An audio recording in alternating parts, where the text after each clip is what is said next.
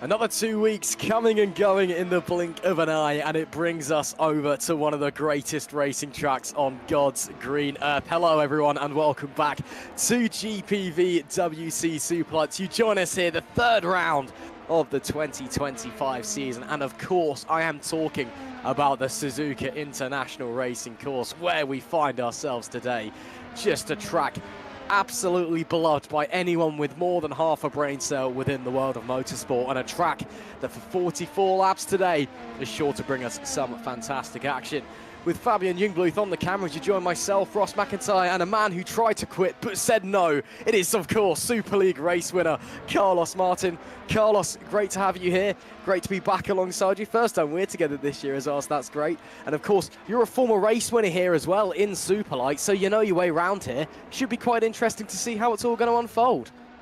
Yeah, there are very different conditions than 2023. 2023 was raining a lot. Today we're not expecting any single drop of rain. Last race, it was raining after the race, so it was very close. But here today we're expecting a very sunny weather, and the teams can actually show all they have got within. We have seen very different strategies with regarding the engine. We have different upgrades within the teams, and everything is extremely exciting right now. We have many surprising rookies winning so far in Superlights, which are very impressive. But I have a feeling this is gonna change today. Something tells me that Suzuka is for these experienced teams, experienced drivers who know the league, who know the car, and something is gonna happen here with experienced drivers, my feeling. We'll have to wait and see, but it's a track that has been here since 1962, designed as a Honda testing facility back in the day, and then they realized they'd made something really, truly special. And now it is the international racing phenomenon that we all know and love. It is a track that is tricky. It does require mastery of the car, mastery of the knowledge of the circuit to be right at the top of the field round here. So we'll have to wait and see who's going to be up there, who's going to be fighting for the wins in this one. A recap of what happened last time out when we headed to Istanbul Park. It was Jose Soriano, only his second ever GPVWC race. He took the victory in that one, and pretty commandingly as well from Philip Pushka in P2. Another second place for him. That's 2 on the bounce. That means he's second from Soriano in the driver's table at the moment by just 1.41 for Soriano to Pushka's 40. And then race winner in race number 1, Tom Satherley, he had a big crash and a DNF. Jan Dragoon, though, the other way around, DNF in the first race, he got P3. The man who lies in between them in the Drivers' Championship at the moment, though, Harry Smith, a 5th place and a 7th place last time out. It was all a bit chaotic last time down in Turkey, shall we say. The first half of the race, it was a war of attrition. Everyone was just firing it off into the barriers. We saw some truly, truly spectacular accidents. Let's hope little bit less chaotic today, but we'll continue the great racing that we know and expect to come from GPVWC Superlights. Of course, the second tier on the GPVWC calendar, as we see there, someone doing their best, Jack, do an impression down into turn 1, but don't worry, the check flag is out at the end of practice. We are moments away from our qualifying table. Now, Carlos, of course, as I said in my intro, 2 years ago, you won here in the Road to Formula Cup in the 2023 edition of Superlights. Coming into qualifying now, what does it take to be quick around here in Suzuka in a Superlights car, and especially in the private qualifying? Obviously, you'll be out there yourself in a couple of days' time in Super League. What does it take going out there, you know, putting it all on the line at such a fearsome and daunting racetrack? Well, it takes a lot of compromise. It's a very tricky setup track where you actually need a lot of cornering speed for Sector 1.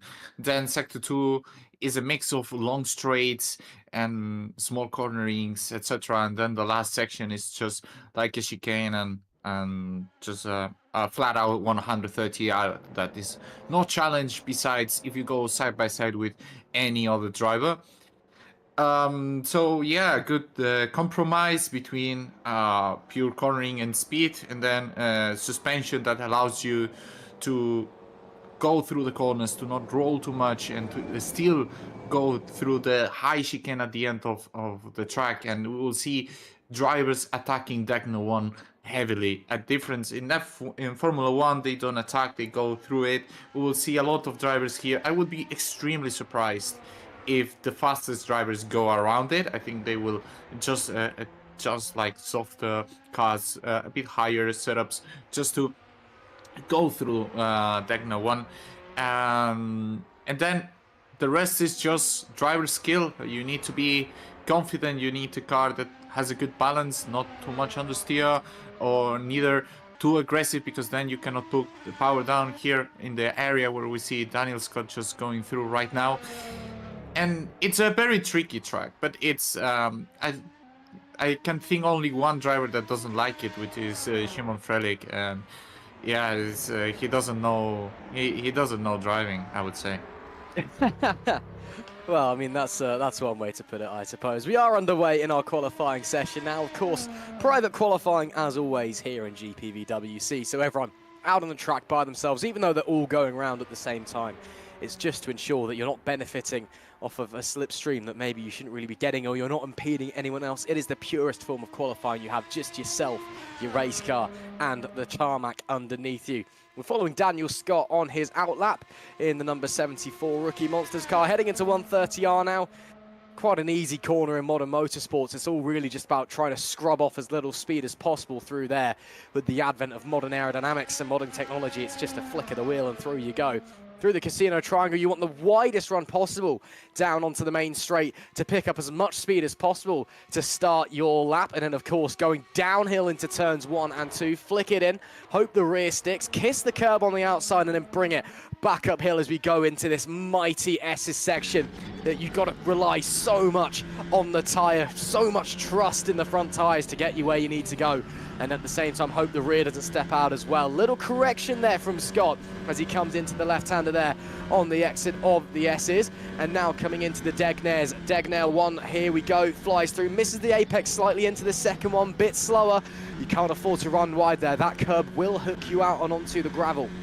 Now into the daunting hairpin, one of the slowest corners that we'll have this year on the GPVWC calendar, but looks pretty steady from Scott. Got his foot down nicely through this big sweeping right-hander before we get to Spoon Curve. Kiss the curb a little bit there. Now this is a very, very tricky double apex. You want to try and keep it as one corner if you can. Unable quite to do so on that occasion, but still early doors in this qualifying session for Scott. Still time to build confidence and time for the track to rubber in. Time for the car to get faster. Now on the run, 130R, this is where we joined him a few moments ago. Flick the wheel, try not to scrub off too much speed. You can see just over 300 kilometers an hour on the clock before braking as straight as you can. Cut as much corner as you can there in a sim racing car through the Casio Triangle. And then it's the shortest run to the line to complete your lap. Daniel Scott comes to the line, he'll go 7th. A 129.582 and then get shuffled down as everyone else puts their laps in. Currently, Patrick Magnussen, he's quickest, 128.862. Could we be seeing anyone going a little bit faster than that, or is that a strong lap time early doors here, Carlos Martin? Well, I think the pole will sit between 0.5 and 0.6. I would expect. I think the drivers can actually drove those lap times. Magnussen struggled a bit the first two rounds. We have seen his potential in last year in his qualifying sessions. He was not able to show it in the previous rounds, and it's fantastic that he's just able to show it here today. And qualifying for today is super important. This is a track that is difficult to overtake. It is definitely possible, but it's difficult to actually pull it. You need to invest a lot of push to pass seconds, and you can still defend it fairly well. So track position here is very important. We will see a bit less of DRS trains during the race because here is pretty difficult to follow. So opportunities will come just in different ways. It will be a more strategic race. But yeah, you just want that P1, first row, second row to actually contest for the race win. Absolutely, and just a little update for you as well on tyres on the topic of strategy as Mike Quint gets it very wrong and finds the barrier. That was quite a hard lick there, but looks like all four wheels are still on the wagon, so we will be be able to bring it back to the pits. Of course, you cannot escape back to the pit lane in the qualifying or the race sessions. That is classed as a DNF. You will not be allowed to re-enter the session. Yeah, in terms of strategy tyres that we've got with us for this evening, it is the hardest compound of tyres that we have available. The softs being the C3, the mediums being the C2, and the hards being the C1. It is a track that can be quite tough on the tyres here at Suzuka, especially if the temperatures are a little bit on the up. So we'll have to wait and see. Currently ambient temperature of 20 degrees and a track temperature of 45 degrees Celsius. Lovely blue skies all around here in virtual Japan. As Robin Merling starts another lap in the sister Rookie Monsters car. We followed Daniel Scott around a little while ago, and he'll now head down into the opening section. Again, it's so tricky down there. And again, Carlos, what a lot of people don't think about as well, for the race start here, you've got to hold the brake because it's downhill, and if you roll forward, you're going to get a jump start penalty. I feel like, Carlos, it's a track that there's so many little details and so many little intricacies that if you're not, you know, a racing driver or a sim racer, you're not going to understand it. You really need to get behind the wheel to truly appreciate the magnitude of this racetrack. Yeah, as we see Robin Merling just going round Degna 1, as I was mentioning before, every single bump here in this track is messing up heavy with how to do the setup approach in here. It's just if it was completely without any bumps and everything, it will be way easier, and just the setups will be just way more linear.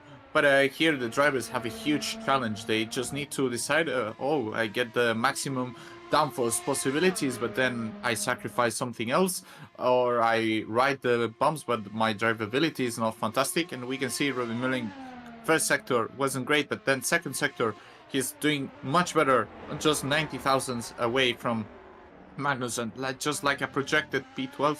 P10 position right now, and he's gonna close the lap in position right now P10. That's a really good result from Robin Merling. Merling has been fairly strong during the first rounds, so we see Jose Soriano here losing a bit the rear end, being very aggressive. Third gear out of the exit of the hairpin, heading into Spoon. This is a corner you do in 7th gear. You just go 1 gear down. You want to touch the outside curb, and then don't touch the inside curbs. And here, don't touch the outside curb. If you touch the outside curb, the car grounds a little bit, and then you lose a bit of speed heading into 130R. We will see that he's just 27 thousandths behind Magnussen. So I think where he has to improve is here in the chicane. We will see how his approach is. Ooh, it was pretty far away from the white line. He didn't use the full track, the full width of the track, and we will see what time he closes. He closes an improvement. He closes a small improvement. He gets closer to Magnussen, but I think he wanted to really secure the lap. As we see Harry Smith with the purple sector 2, a much aggressive chicane. I think he went too aggressive in the second curve. He doesn't close that much the lap there. As we see Machete goes P1 right now. Harry Smith also improves, but I think he messed up a bit. Sector 3, Machete goes P1 with a fantastic lap. Especially super strong sector 2 for Ruben Machete. It was it was even better than Harry Smith. So yeah, Optiminal very fast in the second sector is a sector where you want to have a lot of speed. And here we see Joseph Herlock, teammate of Ruben Machete, also going very fast through the second sector. We see he attacks too much the chicane there. He loses control of it. It's not going to be ideal. I think he will improve his own lap right now, but it's not going to be, well, actually not even improving. He lost there 0.3 of a second. For the chicane, the key is to attack hard the first one, but then the second one just touch it slightly. You don't want to touch it massively, as we see Quint having some issues to put the power down on his Lunar vehicle. And now we will see Tom van der Voort, but I think Tom van der Voort actually, not sure if he aborted the lap, but maybe he's still going. But it looked like he was aborting the lap. Let's see now his second sector, how he closes the lap. We see also Lucchini also improving a lot from previous rounds. P7, really strong. Federico Russo, very strong as well.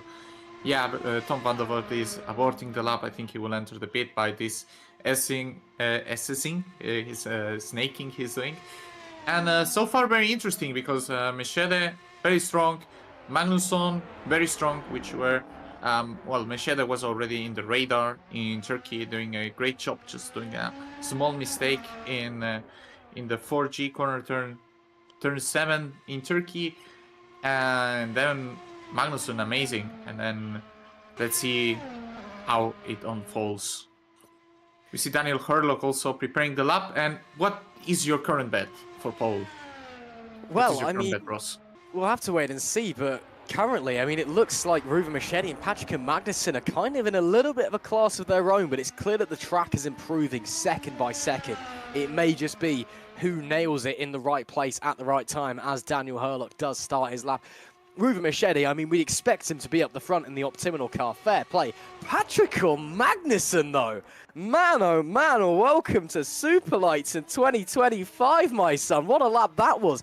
To put that into context, first of all, his teammates down in 13th and is, well, a good 5, 6 tenths slower than him. And second of all, currently Patrick Magnusson is 26th in the driver's standings, having finished 21st in Australia and 17th in Istanbul. Now, of course, there may have been some rotten luck along the way to get to those places, as Daniel Hurlock very, very squiggly heading through the Degner section. He's not a driver that immediately comes to mind when you think of up the top of the grid. So, fair play. Patrick Magnusson is proving us all wrong at the moment, but of course the likes of Soriano, Smith, the True North cars of Jakab and Dragoon as well, they're all there. Don't take your eyes off of Joseph Hurlock. He can cause a big, big upset in qualifying. Of course, Philip Pushka, absolutely rapid as well, and he's just slotted up into third place as well, pushes Soriano down into P4. It's not been the cleanest lap so far from Daniel Hurlock as he pushes his way up to 130R, yeah, middle sector, a long way off, unfortunately, for the Lunark driver. 3 minutes left to go in this qualifying session. Of course, the top 15 also having to start on the tyre compound that they do qualify on, so keep your eyes on that one. We'll see what they do a little bit later on. Now then, here we go. Norbert Jakab looks absolutely on it, and it is purple through Sector 1. Let's see the split through Sector 2, but it looked very, very tidy. Heading round Spoon Curve, blasting up the hill into 130R. It's a little bit slower, but it could be the lap to dethrone Ruven Machete. 1 section to go. Casio triangle, brake as straight as you can, cut as much as you can. Might have been a little bit too aggressive, and then gets all sorts of out of shape on the throttle, and he does abandon the lap in the end. He's realised it wasn't worth it, Carlos, but looking at the time, that was the right decision, because if he had gone to the line, Soriano. It is Soriano to pole now, and it's an identical lap time. It's bang on identical. Watch out with Harry Smith, because he's also really strong on Sector 2, so he has the chance now to just do a really good Sector 3 and then put himself also in the top grid of the of the Superlights qualifying. As we see, Harry Smith P1 actually. Wow, Networks 1-2 right now. They're just topping the charts right now, and they just improved. I just wanted to explain, our Factor 2 is able to get one more number further than the thousands. So when there is a tie, it's not exactly a tie. It takes the fourth number that we actually don't see. And this just shows how tight Superlights is. Past Grand Prix, between P1 and P3, there were 80,000s. And I still think people will improve. Like, there is a lot of drivers that will actually have their last runs. Networks will not have another one. So this is their max for them. P1, P2, it's great for them. But let's wait for Machete, let's wait for Magnusson, let's wait for Pushka, Jakab and Dragoon. So we see Maxime Bilio improving Sector 1. Right now, P23, he's aiming to improve his spot, to be close to Remco right now.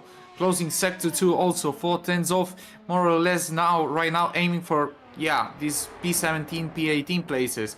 Takes a good first curb, a good second curb. I think this is going to be a pretty decent Sector 3 for him. Let's see how much he closes the lap. And this is P17. Factually is a good lap time by Maxime Bulliot. As we will see now, a lot of drivers starting their laps very soon. I think for Scott, this is qualifying. Well, he will try a second run, I guess. Yeah, I think he abandoned that one at the end. He was really, really slow into the Casio triangle. So, yeah, something like that. Matthias Canapino Shed is improving. Yeah, Shed is improving. Canapino is improving as well. There are a lot of improvements. Track is evolving so much.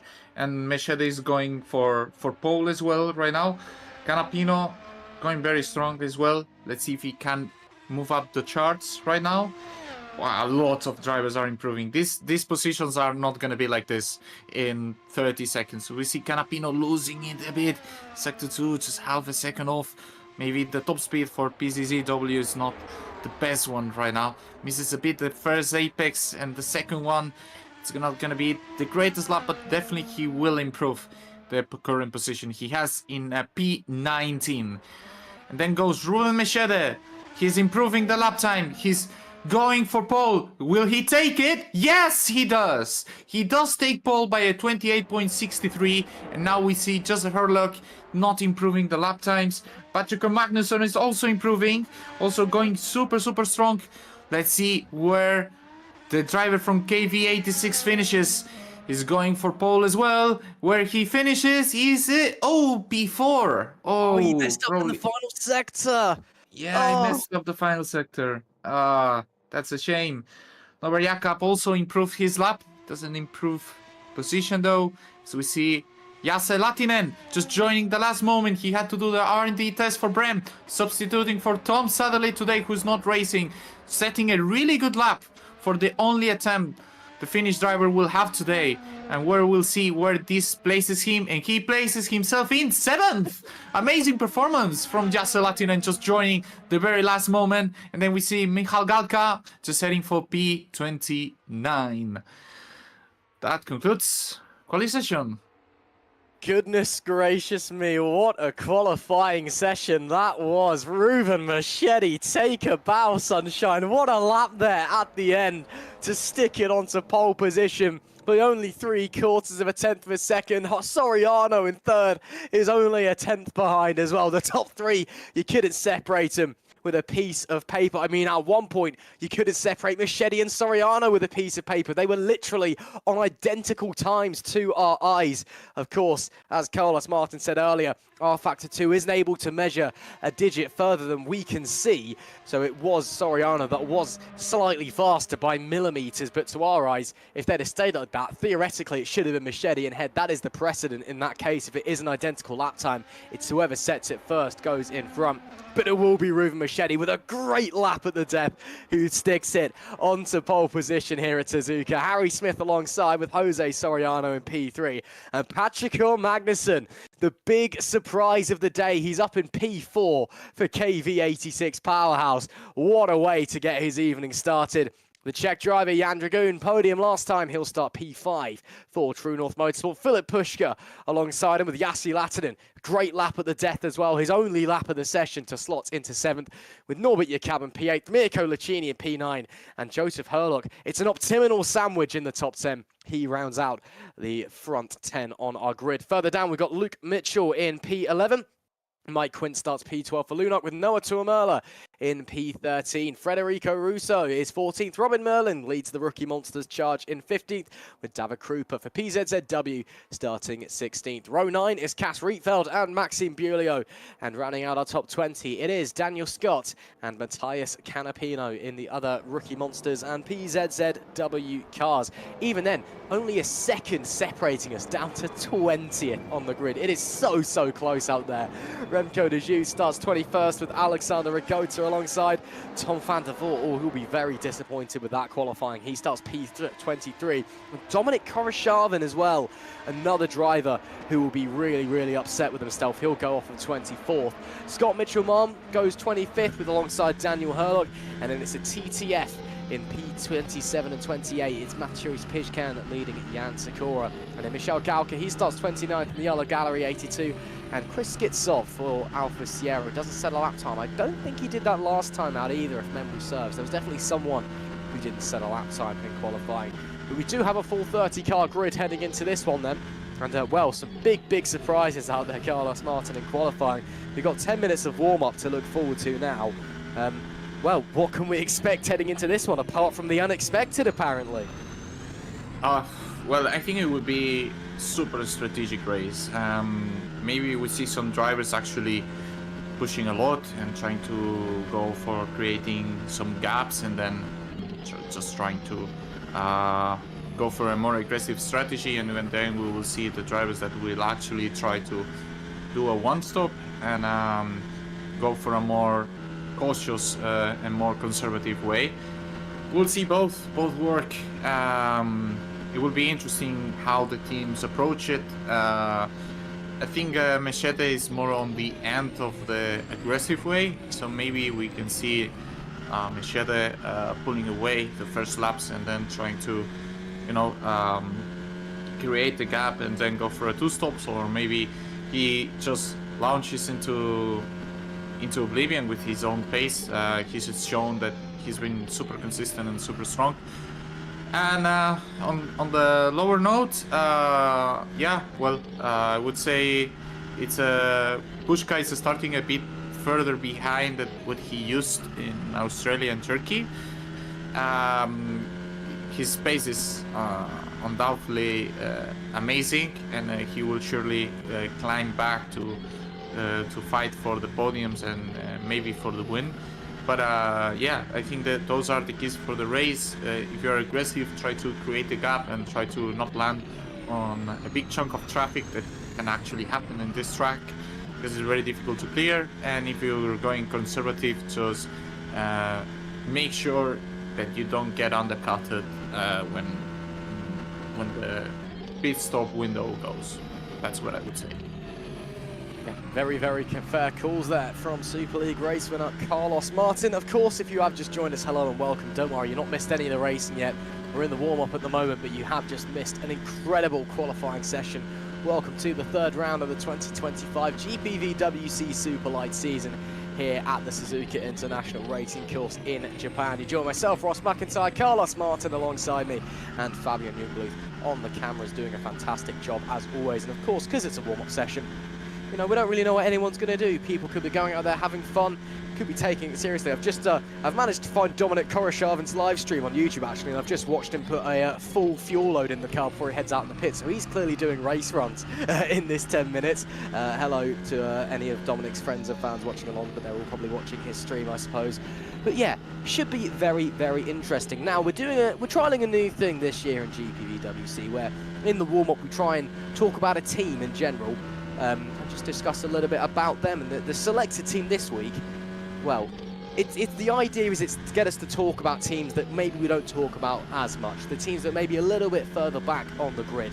But the team that we've got to talk about today, I think we've banged on and on about for all time. And if you watch sim racing at all, you'll know who this team is. The selected team today is Rookie Monsters.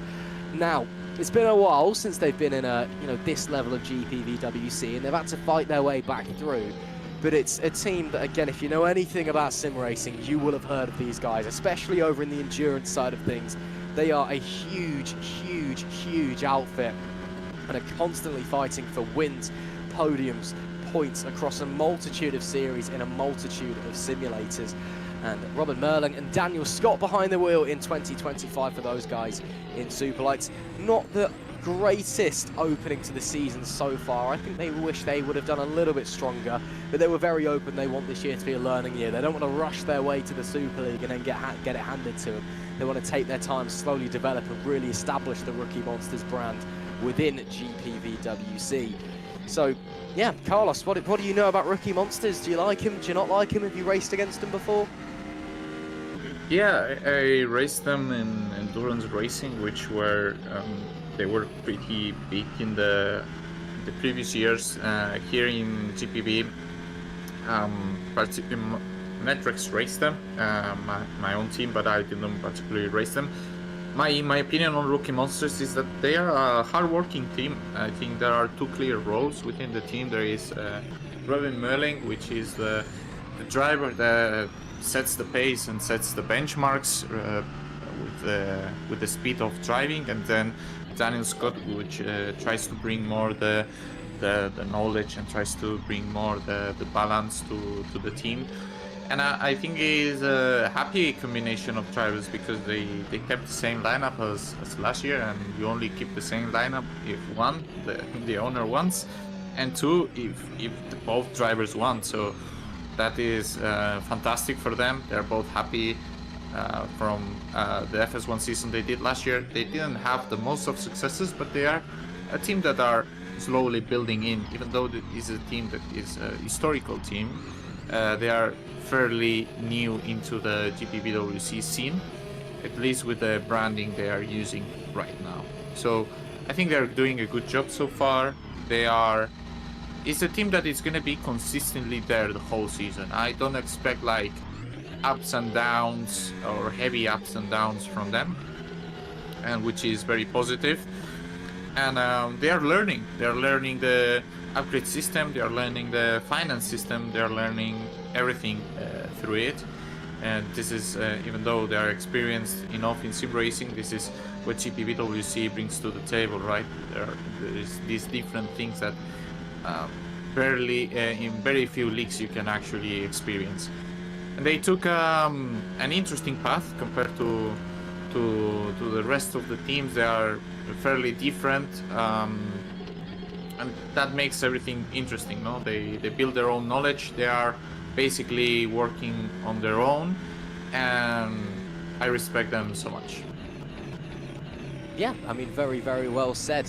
They are a team of mighty, mighty stature within sim racing. And again, this isn't the first time they've done GPVWC. Again, they were here last year.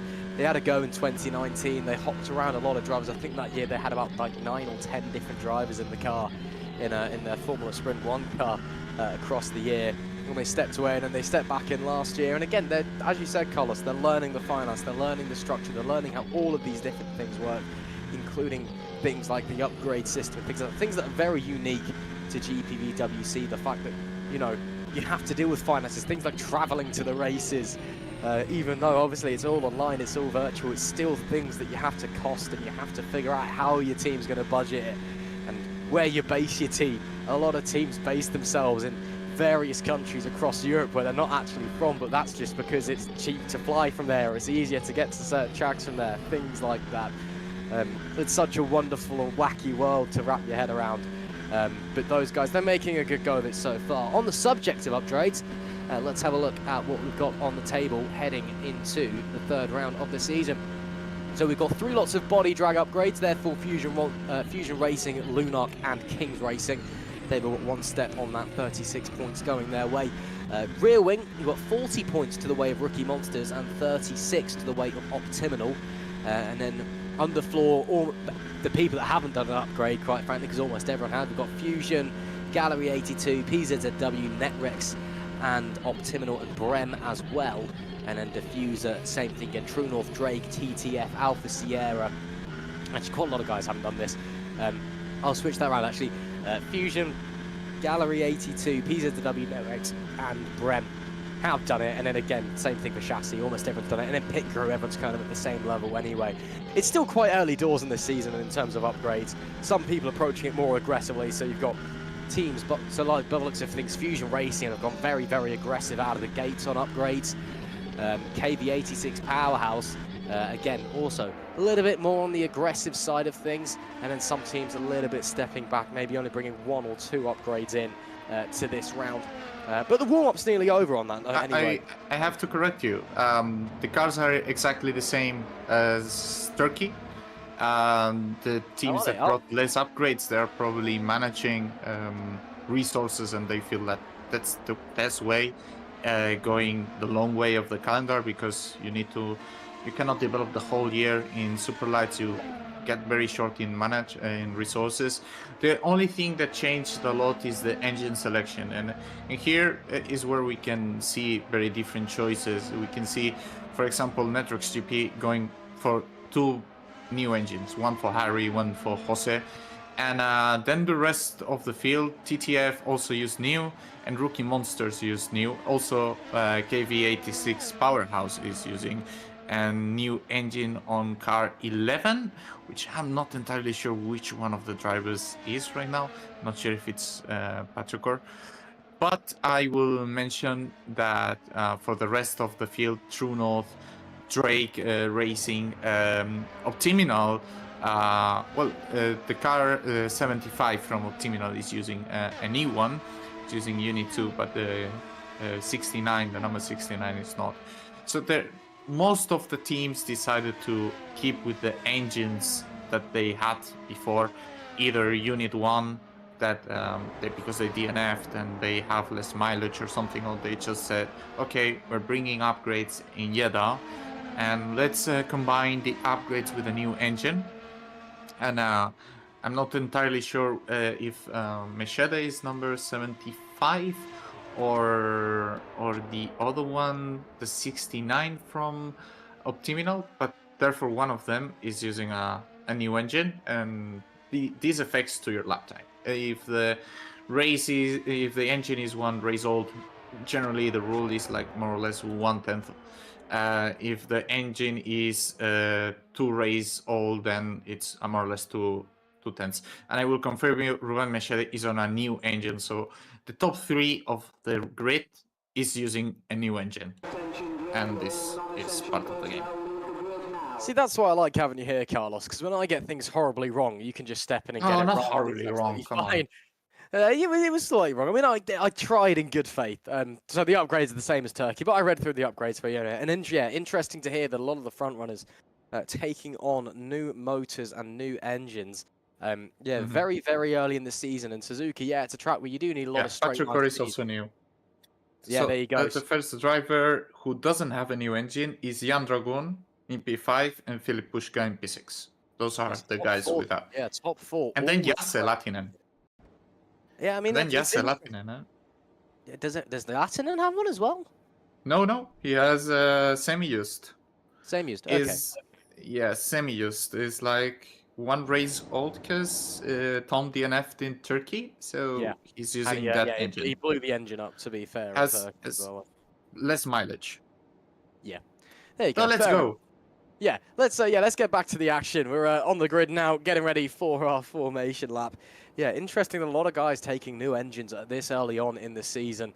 Suzuka, yeah, it's a track where you do need a lot of power, but it's not a track that immediately springs to mind as a power-dominant track. So that could be interesting to see if those with the new motors in the back are going to streak away up the front of the field. But as the pack heads down into the opening few corners, let's have a look on the grid as we make our way round for our formation lap. On pole, it will be Ruben Meshede with Harry Smith alongside. Jose Soriano starts first, third even, and Patrick Magnussen, he'll line up alongside in P4. Moving further along, P5 is Jan Dragoon, who'll be alongside Filip Pushka, leading the drag racing effort. Jasse Latinen is 7th, and Norbert Yachab, he starts in P8 in the other True North Motorsport car. P9 is Mirko Lacini, with Joseph Herlock rounding out the top 10, and Optiminal Sandwich is the top 10, pole position, and P10. Luke Mitchell in P11, Mike Quint, P12 for Luna. Row 7, Noah Tuamela and Federico Russo for Alpha Delta, with Robin Merling leading the rookie Monsters charge, and David Krupa, the first of our PZZW Racing Team drivers.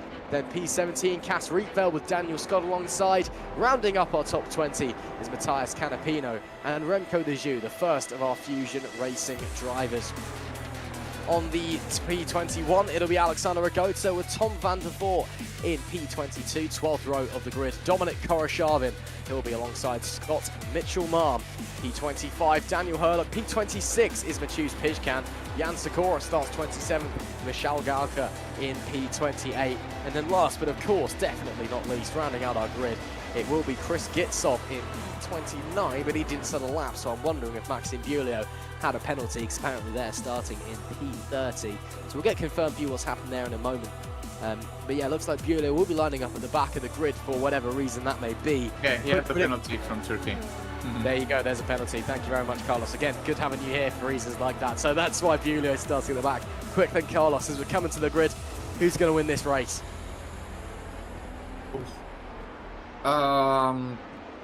I would say Meshede. I know it's safe to say who starts on P1. I think Meshede will be able to control the race if he starts well. We all believe in his quality, and I think Meshede will take it. Who is it for you? I think Harry Smith. I think the fact that his teammate and Soriano right behind him, the likes of Magnussen and Meshede, their teammates a little bit further back, so unless they're able to shuffle their way forwards, they're not going to be able to play the team game straight away. And I think obviously Soriano... Oh, he's going very defensive. Oh yeah, that's he's really going very defensive. look how aggressive he is down into turn number one, sitting on the grid. The thing is all the way. Wow, that's really, really interesting. He's trying to get a good launch, is Harry Smith, and try and cut across the racetrack. Meanwhile, look at Machete as well, pointing across to the right. On board now with Patrick Magnussen. As the red lights come on, it's time to go racing for the third round in 2025.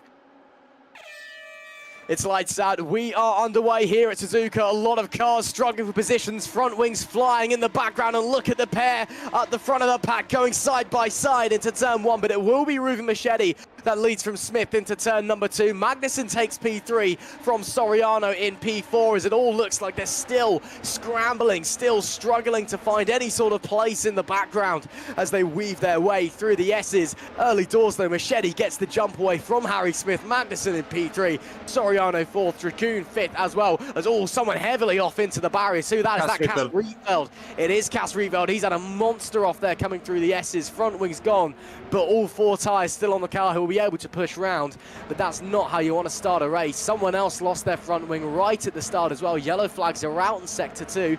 Ooh, another spin. Wait, is it Tom van der Voort? Yeah, Tom van der Voort. Tom van der Voort that's gone round and nearly finds the barrier, does find the barrier.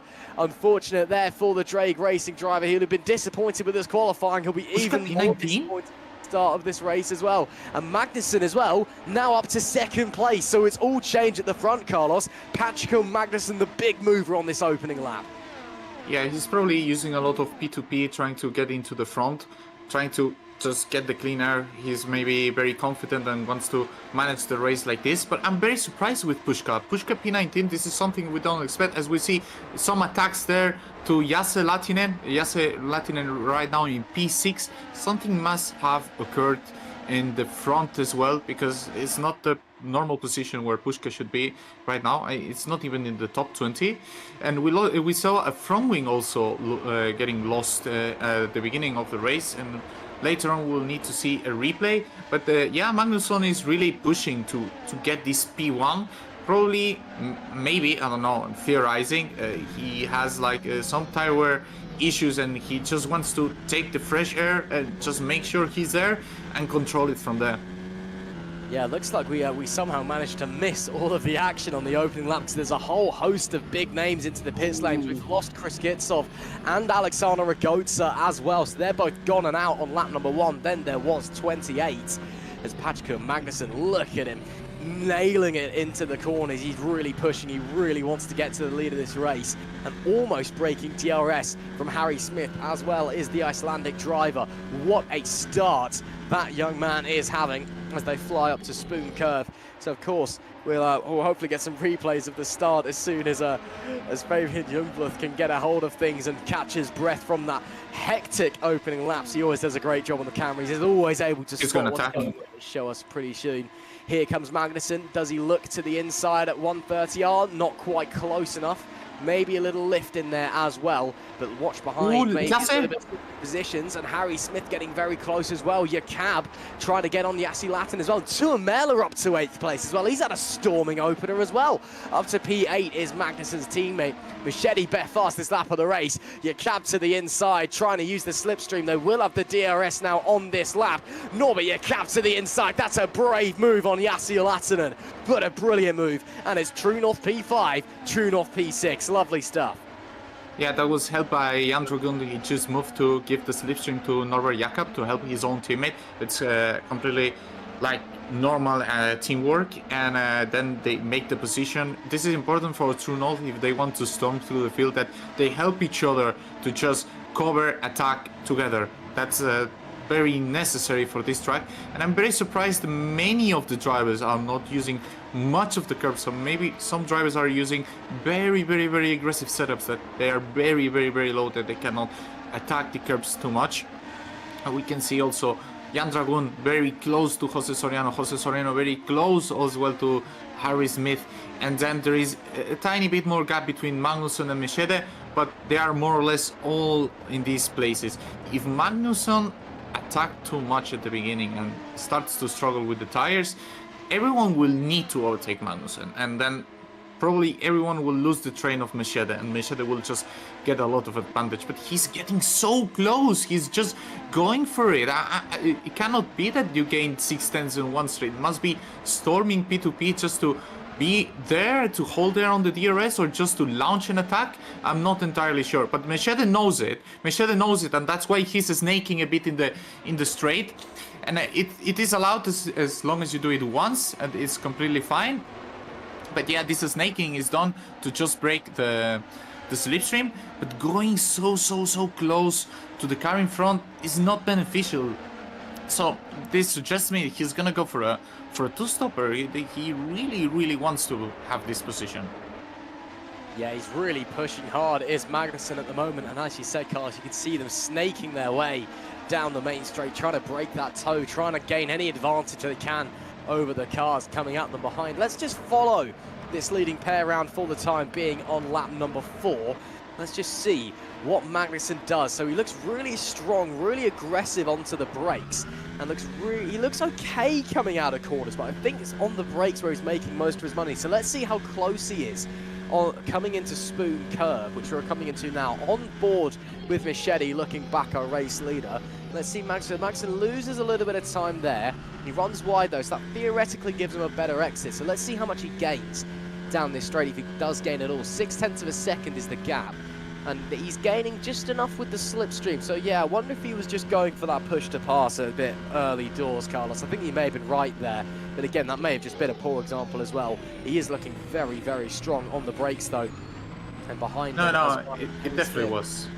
Yeah, it definitely was. He's trying to either hold or just to push for the position. And Machete is very aware. I think you should just ignore it. You are probably just managing your tires. You're doing a fantastic job here in P1, leading the train. Nobody is setting you in danger, even though you're just saving your tires, you're nursing your tires, you're taking care of them, and you're not in danger. Just forget about Magnussen. You're doing a fantastic job. You're doing an amazing thing. And focus on what you have in front, because sometimes drivers focus too much on what's the gap behind. Suzuka is such a challenging track. You need to keep focus at all times. I'm so surprised nobody is using the Dagna 1 curb as maybe they could, and maybe they're just not taking the risk. They think, oh, it's not worth this risk to take the Dagna 1 curb.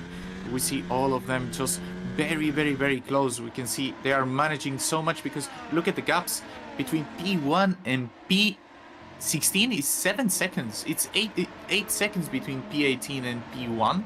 So they are clearly managing a lot.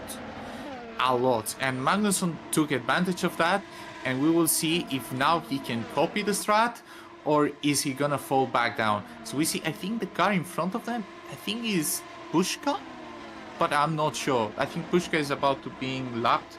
He had an issue probably on lap 1. We already have a fair bit of DNFs already. You see Cas Ritvel also just parked the car in the garage this very lap. Probably saving the engine, thinking, that's not enough for me. But yeah, Pushka is 46 seconds of the lead. No, this is Tom Vandover, the car that is in front of them. So yeah, Magnussen very close, but not being able to stick the move. And this pace suggests me that they are saving tires like crazy. The top 18 all in the same compound, everyone on softs. So watch out with Dominic Koroshavin. Koroshavin right now is very close to the group. As we see, look, Mitchell is out of the race as well. Oh my god, what's going on? Probably a turn 1 and 2 incident. The car is very unstable there. Unstable there. Maybe it was a connection issue. We don't know yet. The cameras will tell us, as we see some fighting between Lucchini and Remco de Zieu. We see the replay now of what happened to Luke Mitchell. It was fighting, probably with Lucchini. Wow! And that's a very dramatic end to what was not the hardest crash in the world. That's a real shame for Luke Mitchell. His day comes to an end. That's fire. Shower of sparks. Yeah, here's what happened to Cas Rietveld, early doors. This is number 1, so coming through the S's. And again, just a little bit of contact. And we did see him sliding off the racetrack and into the wall, so we did catch that one. So that's what happened with Cas. Here's Jan Sikora. What happened here for the TTF driver? Was it a similar thing? Or were we just seeing people scrambling? Is there a little bit more contact perhaps? All gets he lost it along. Lucky to stay out of the wall. He does meet the wall just about, but we've seen a fair few drivers have some monster shunts at that part of the racetrack across the years. Here's what happened to Philip Pushka now. So he was already down the order quite a bit by the looks of things. Was it? Yeah, no front wing. So he would have been on lap 1. And there is one of the other drivers. That looks like one of the Fusion cars losing its front wing. So I did see on the opening lap, like literally just after the start, yeah, there was a front wing flying in the air. I'm wondering if that was Philip Pushka's. If someone in front of him just didn't get. By the way, Magnusson is P1 right now. Is it? Yeah, Patrick Magnussen's taking the lead. Yeah, I think we will see the replay right now as he went for the attack, just took the DRS. Machete trying to snail. Now he's not able to go for the inside because he already did both moves, and then just goes clean P1. I think now Ruben Machete just needs to keep calm, take it easy, just see what Patrick does. Just see what Patrick does, and if he really has this space that he has the tires and he has the pace, just take advantage of the DRS as much as you can, try to not lose him. But if he fades, it's important to... so you see a bit of wobbling there in the braking zone. If he starts to start fading, you really need to get through fast. You don't want to... you want to have that opportunity to create a gap with the others that are maybe saving tires. But they must be, because this train is insane. And right now, the pit window basically exists for everyone, because there were so many incidents that basically anyone who pits right now can actually just have clean air right now. You just can push, so undercuts are available for every single driver. Absolutely. I mean, wow. Patrick Magnussen is just unreal what we're seeing. I mean, we know the guy's not slow. He was the Formula Sprint 2 vice champion last year, but he made a couple of Superlights appearances last year. He's pulling away. He is pulling away as well.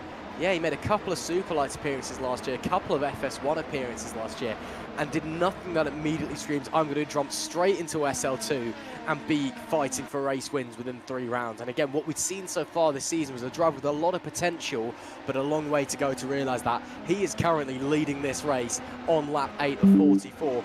I've got to say, when we were on board with Machete for a couple of laps, looking back at Magnussen, his tyres did not look in the greatest state already by that point. His left rear it wasn't the worst tyre I've ever seen, but it was starting to look a little bit unhealthy. Rubber was starting to fall away from it. I wonder if maybe, and that's not normally what happens, but maybe Magnussen was just able to save a little bit better sitting behind Ruben Machete. Maybe he's just able to save better in general, and it's allowed him, along with a bit of push-to-pass usage, a bit of the DRS, to fly on by. Machete, though, of course, countering that now. Wasn't close enough to have a move on that occasion, but certainly gave it a good go. So it's not all done yet for Patrick Magnussen. He's still got a lot of questions to answer across the remainder of this stint, because behind him, Machete, Smith and Soriano all right there. Dragoon, Yakab, Lattinen, Suomela, Herlock, Merling, they're all very, very close. Again, down to P13. They're only covered by a couple of seconds. Carlos, it's a race of saving, but it's a race of being in the right place on the racetrack at the right time as well. Yeah, but I think this is the moment to start setting up the pace. Everyone is so close that anyone can actually undercut you. P6 can actually pit and maybe undercuts you to P1, as we see a yellow in Sector 2. I'm not entirely sure who was it. Maybe was it Koroshavin? Yeah, I think it's Dominic Koroshavin, who probably had an incident. Yeah, that's between Dagna 1 and Dagna 2. Oh, actually, yeah. Dagna 2. Yeah, Dagna 2, maybe... He's lost that very early. Yeah, maybe the engine was just turned off, trying to turning it on. Probably you just stick the tire too far onto the... Yeah, no, the car bottom's out there. If you go too far on the left, if you touch the green area, the car gets a bit complicated to control, so that happens a lot. And yeah, they need to actually try to pull away, because anyone can actually send an undercut, and this situation is not the greatest if you're leading the pack.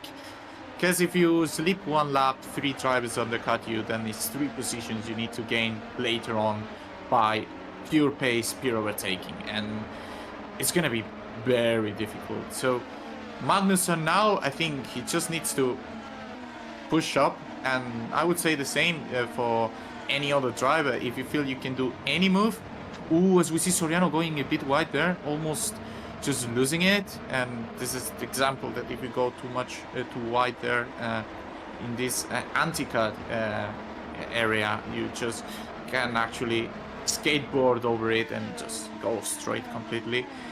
But yeah, I would be very nervous if I was the driver, because if anyone decides to pull the trigger, like definitely the range for the two-stopper is right here, right now. Although I would say it's not very smart to do a two-stop, because you will need to overtake a huge train of drivers. Presumably you will need to overtake 15 drivers, and that's not great, I would say, unless everyone goes for a two-stop. I think everyone will now switch to a one-stop, then they will try to just pit as early as they can. I think Jose will now launch an attack over his own teammate. I think this is the chance to swap positions between Netrex, and I think they will do. I think Jose Soriano right now has better tire management than Harry Smith, and he goes through. Now Jose has the opportunity to go under the attack. If he feels secure, this is the moment. This is time to shine. This is prime moment. You need to make the difference before the pit stops. Go for it. Yeah, it looked like Harry Smith really didn't put up much of a fight for that one either. I don't think it was team orders, but it was definitely, if Jose's quicker and he's coming through you, just don't fight him, let him go through. Don't risk getting in a scrap with your teammate and costing us a lot of points in this one. So through goes Soriano up into 3rd place and onto the podiums as well. Magnussen, the gap there is fluctuating. It was nearly a second on the previous lap, and now it's back down to 6/10. He's almost, though, in the DRS range of Tom van der Voort, our final runner out on the racetrack. We have unfortunately lost Koroshava now as well. A real shame for the Ukrainian driver. We'll have to see him out on track next time after a little mistake causes him a lot of misery. You can see there, it's the gaps are ebbing and flowing, and again, it's are we going, are we saving, what's going on, are we pushing on one lap, are we This is so close. Another as we come down through 130R into the Casio Triangle. Will Machete have a look? Not on this occasion, but Soriano is right on the gearbox of the pole sitter now. Ruben Machete, currently P2, may have to switch his mind from attack to defense as Magnussen gets the DRS from Van der Voort in front, who will be shown the blue flag at some point. Machete able to keep in front of Soriano for the time. There does go Van der Voort. Now, that was Magnussen going really wide. That was Patrick Magnussen who got it all sorts of wrong through the opening few corners. He's lucky to stay in the lead of the race. What on earth happened to the KV86 powerhouse driver? That was almost a total disaster for the Icelandic driver.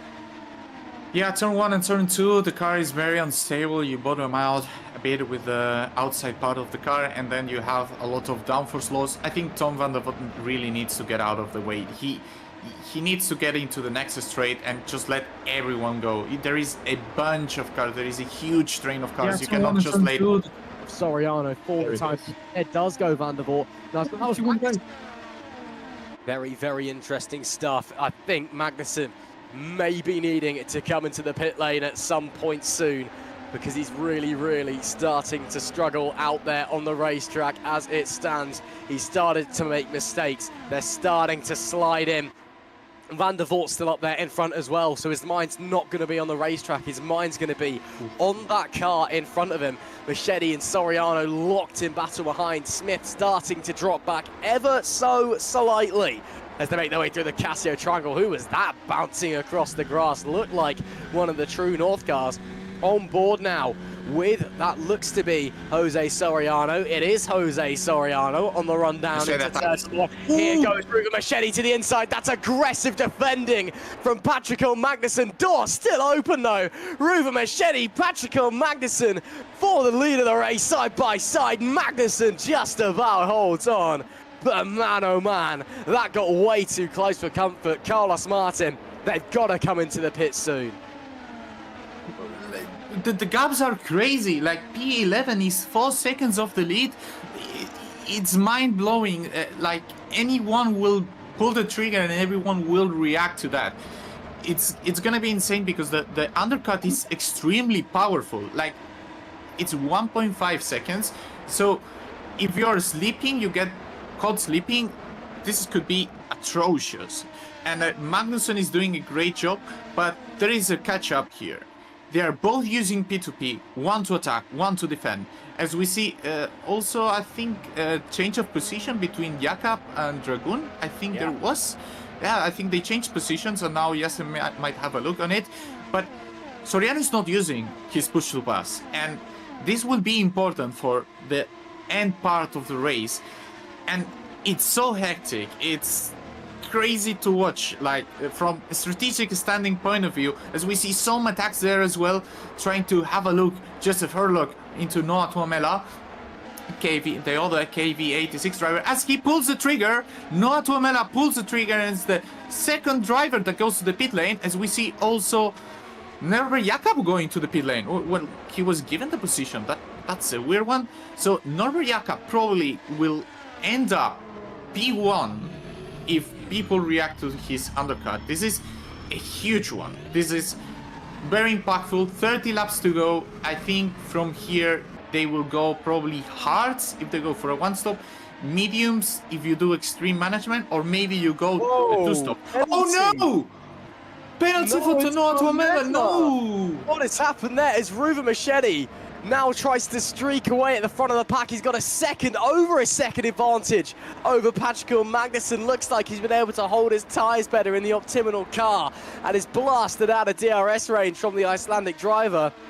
What has happened for Noah Tuomela to get a penalty? I didn't see him. Did he dive into the pits and get a speeding penalty? Yeah, pit lane speeding penalty. Oh man, what a shame for Noah Tuomela. That is devastating, devastating stuff. Meanwhile, up the front, Jose Soriano is going to eat Patrick Magnusson for breakfast here, because Magnusson is now holding everybody up. Soriano slides into second, but now it is 2 seconds back from Ruven Machete, who may well pull the trigger and come into the pits on this lap, because look at that gap. But no, he does not. He stays out, and Soriano is actually not that far behind Ruven Machete. Magnusson does come into the pit lane though, as does, by the looks of things, well, literally everyone. Jan Dragoon, Russo also in. So Magnusson should have come in a few laps ago. That he was dancing on ice at the end there. Russo also in set of hard tyres for him in the Alpha Delta car, as they all try and make their way out on board with Dragoon. Set of hards for him as well. Does he win the race off pit road? And he does. He does beat Patrick Magnusson out of pit lane. So Magnusson, who was really struggling for pace, has just lost another position coming out of pit road as well. And Dragoon has come out right behind his teammate. True North have executed that one perfectly. They just have one car of traffic, which is the car in front they have right now, and then we'll have clean air for a long time. Now Machete, Soriano, Smith, Latinen, they have a choice to do. Do they copy, and then you will not have a tire delta compared to your competitors, and therefore will be very difficult to overtake, or you just keep going, you just ignore it and just say, oh, okay, I will just have my own thing at the end of the race. But as we can see, Machete has something else compared to the rest. Like, he has been 4/10 faster than everyone else in Sector 1. Still 1/10 faster than anybody else in Sector 2. Oh, as we see Soriano going very wide. Oh no! So that's a mistake from the Spanish driver. And well, these kind of mistakes are not ideal if you actually want to catch up. So we see Tom van der Voort trying to get out of the way of the drivers that he has in front. I'm not entirely sure if Soriano actually won pace there or not, but definitely not ideal for the Spanish driver. And Machete is just pulling the trigger right now. He's just creating a massive gap, and this is what he had to do. This is why he managed so much at the early stages of the race. They said, okay, you guys can pit, that's fine with me. I will just ignore. I'll do my own race. We will fight at the end. That's the trade-off of doing this. He might have the opportunity to set up mediums, and that's super important. Well, it is getting crazy here in Japan. Boy, oh boy, have we got a race brewing up here after an intense, well, first 16 laps now. But it was all so tight out on the racetrack. Ruven Machedi, the German, has managed to get a foot in front. 2.6 seconds is the gap as we wait to see where the rest of the leaders are going. When are they coming in? Where do they come out? Joseph Hurlock now to P5 in the other Optim. Of course, there's been a few pit stops to help him there, but he's had a quietly strong race so far. Has Hurlock, he's been looking good behind the wheel and has just been hitting his marks, not done anything wrong so far. So well done to him, moving up to P5 from P10 so far. Machedi continues to whack his way around, as does Soriano, as does Harry Smith, by the looks of things, who's dropped even further back. The gap between Soriano and Smith, a further 2.4 seconds. Robin Merlin comes into the pits, as does Mike Quint. So more drivers coming in. And looks like a set of mediums for Robin Merlin. Very, very interesting. Hards for Mike Quint. Mirko Lucchini, that's an interesting line to get into your pit box, but that will be a set of hard tyres for the Alpha Delta driver. Looked like he went through about 3 different people, about 20 different pit crews, so condolences to all of their families. But they'll all come back out and look at the True North drivers. Man, oh man, what a strategic... They're not lapping fast, though. They're lapping slower than Ruven Machedi. Really? Yeah, they are 3/10 slower than Ruven Machedi right now. Machedi last lap was 33.6, and the lap from Norbert Jakob was 33.9. The lap from Jan Dragoon was 34.0. So they are effectively lapping slower than a guy with really old soft tires. So maybe it's either Machedi just pushing a lot right now with push to pass and everything, just knowing that, oh, I don't want to get undercutted anyway. But maybe they add traffic. Norbert Jakob now improves sector. Yeah, well, probably they add some traffic, because now Norbert Jakob was 3/10 faster than Ruven sector 1, but he wasn't faster this previous lap. So Ruven could pit anytime and maybe still keep the position, and that's very interesting, to say the least. But yeah, Ruven Machedi now, he did a 34.0. Jose Soriano 34.0. Harry Smith is throwing a bit more, 34.6. And Branko Desio also beating now. As we see now, Patrick Magnusson is also behind the True North drivers, which is interesting to see because he was essentially just in the lead some laps earlier. So we see Norbert Jakob doing a 33.4. So only 6/10 faster. I was expecting more from the new tires. Maybe the fact that they are on hards is not helping them too much.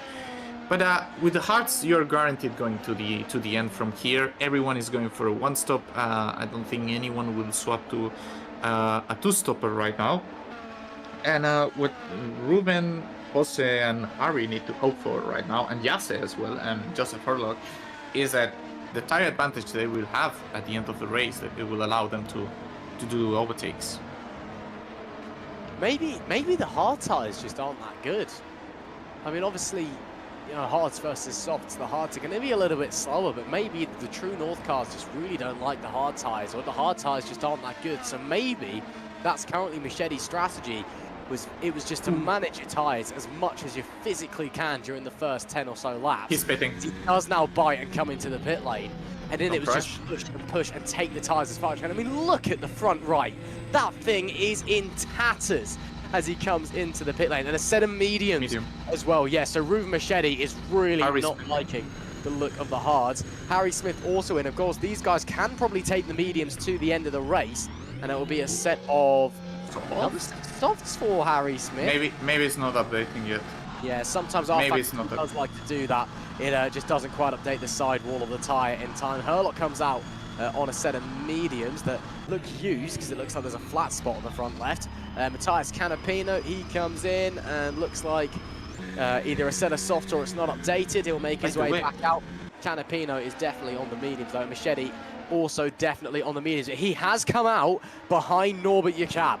So the True North guys, he's come out in the middle of them and split them, but he is, of course, on much fresher medium tyres. So Jakob has now got to play massive rear gunner and hope that Dragoon can get in front of who is essentially the net race leader And yeah, hope that cost them time. But of course, Machete will be wanting to get through because he'll be thinking, Jose Soriano's out there. If I get stuck behind these guys, he could jump me, and then it's all chaos till the end of the race. Wow. I think this is not great for True North. I think their chances were that they were both together and they set Machete behind. That would have been ideal, but I think Machete is it's gonna be easy for Machete.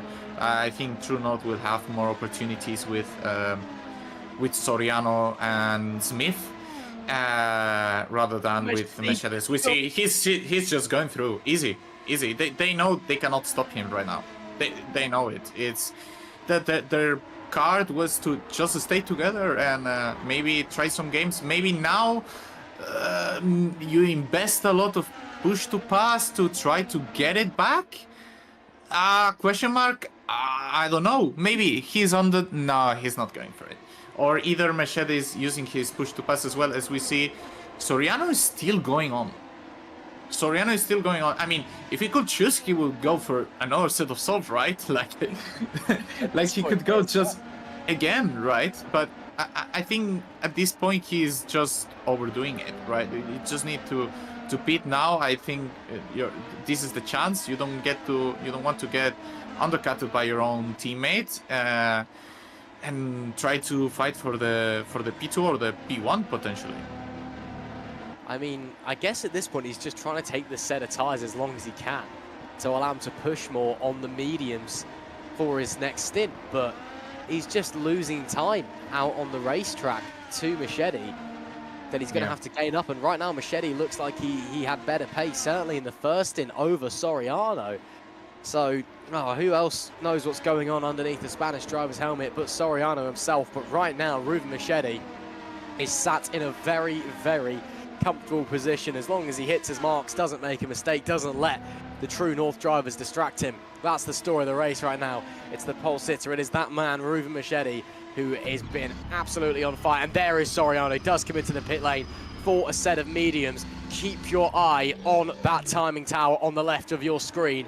This could be very close. In reality, I don't think it will be that close because Ruben Machete is going to have a lot of miles an hour and he is going to blow right by, and so are the True North drivers as well, potentially very, very tight. Soriano will just hold on to third place. So the order now, after our pit stops are done for the top teams, it is Machete from Yacab, from Soriano, from Dragoon, from Smith, your top five, and those five covered by roughly 3, maybe 4 seconds. So it is very, very close out there.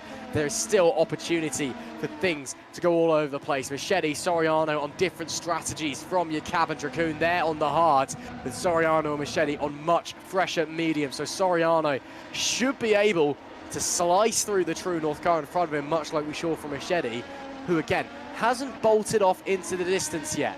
So he may very well be watching his tyres again, just playing the patient game. So when he does need to fight Soriano, Carlos, he has that rubber underneath him that he can use.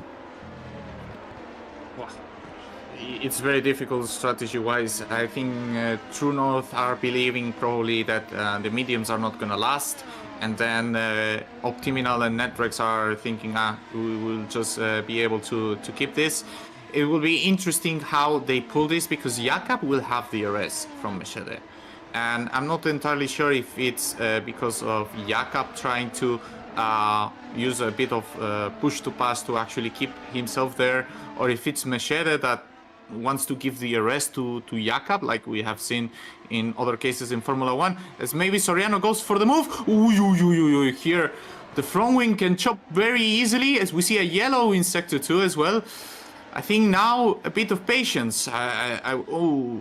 Jan Sikora, just Degna 2 as well. This is he'll probably lost it between then 1 and 2, and he ends in the barrier. Oh, that's interesting. I'm not entirely sure if it's Machete wanting to give the DRS, or yeah, he just completely lost it. Clipped the inside curb and then just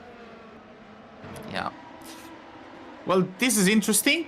I was expecting, Machete to just pull into Oblivion, to be honest. And I'm not entirely sure how Yacab is able to keep in there.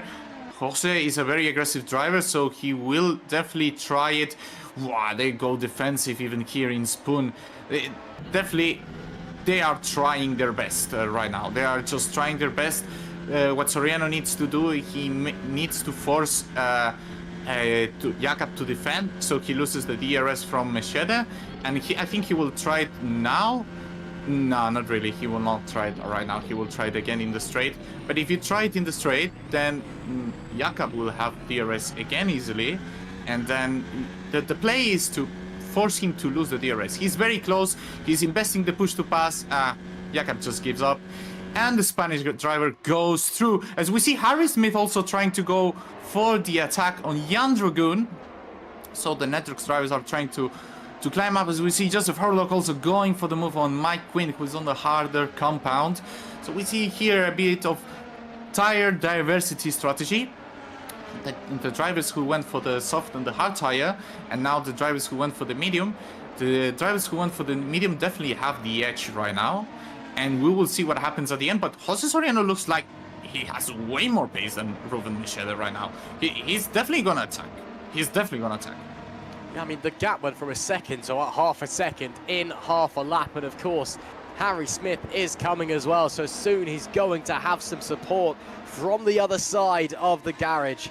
And boy, oh boy, Ruben Machete, if he's not managing, he will be very, very worried right now, because Soriano, race winner last time out at Istanbul, is looking mighty, mighty fast on those medium tyres. Right then, up the back straight, coming into 130R. Not a place you can really make a move unless you're feeling really brave. Soriano a little bit too far back anyway. He'll hang back into the Casio triangle, surely. Fills the mirrors. Had a little think about a move, but it's probably smarter staying back and getting the DRS, which he will do. He'll get the DRS. He'll get the push to pass. Surely Machete will respond, or will he let him go past? He will let him go past. New race leader, Jose Soriano. He'll take the lead with the fastest lap of the race down into turn one. Right then, how does Ruben Machete respond? Does he have any pace, or was that the maximum that he had? Is Soriano pushing too much? We saw it in the last race. Soriano just used too much tyres in the first stint and was really struggling for pace late on. It's what we saw from Patrick Magnussen earlier as well. Of course, Soriano was able to hold on, ended up winning in Istanbul, but it's possible. You know, he could just be pushing a little bit too hard, then has to manage later on. It could be what Machete's doing the opposite of, or Machete's just going all out. But right now, Jose Soriano, Carlos, is in a world of his own, and he is booking a one-way ticket to get out of there. Yeah, that's amazing for the Spanish driver. It's very important he tries to break this DRS barrier right now. As we see, Harry Smith on the trying to pressure Jan Dragoon, and now True North is in the situation that ideally they should have been with the undercut. They are together, and with all the drivers behind, they defend each other, and now Harry Smith and Jase Latinen will have a really, really hard time trying to overtake the True North drivers. So they are right now locking third and fourth place, which is super important for their constructors campaign. They are the favorites, and they have one of the best lineups. They have the experience. So we see another fastest lap from Jose Soriano, 31.94. Just bear in mind, Jakab and Dragoon, when they just pitted, they were doing 33.4. They're just blasting into oblivion. Jose Soriano needs to hold his tires. If he doesn't hold his tires, then Ruben Machete will have a go at the end of the race for sure. And it's super, super, super interesting now how everything will unfold. I think True North is not in the game.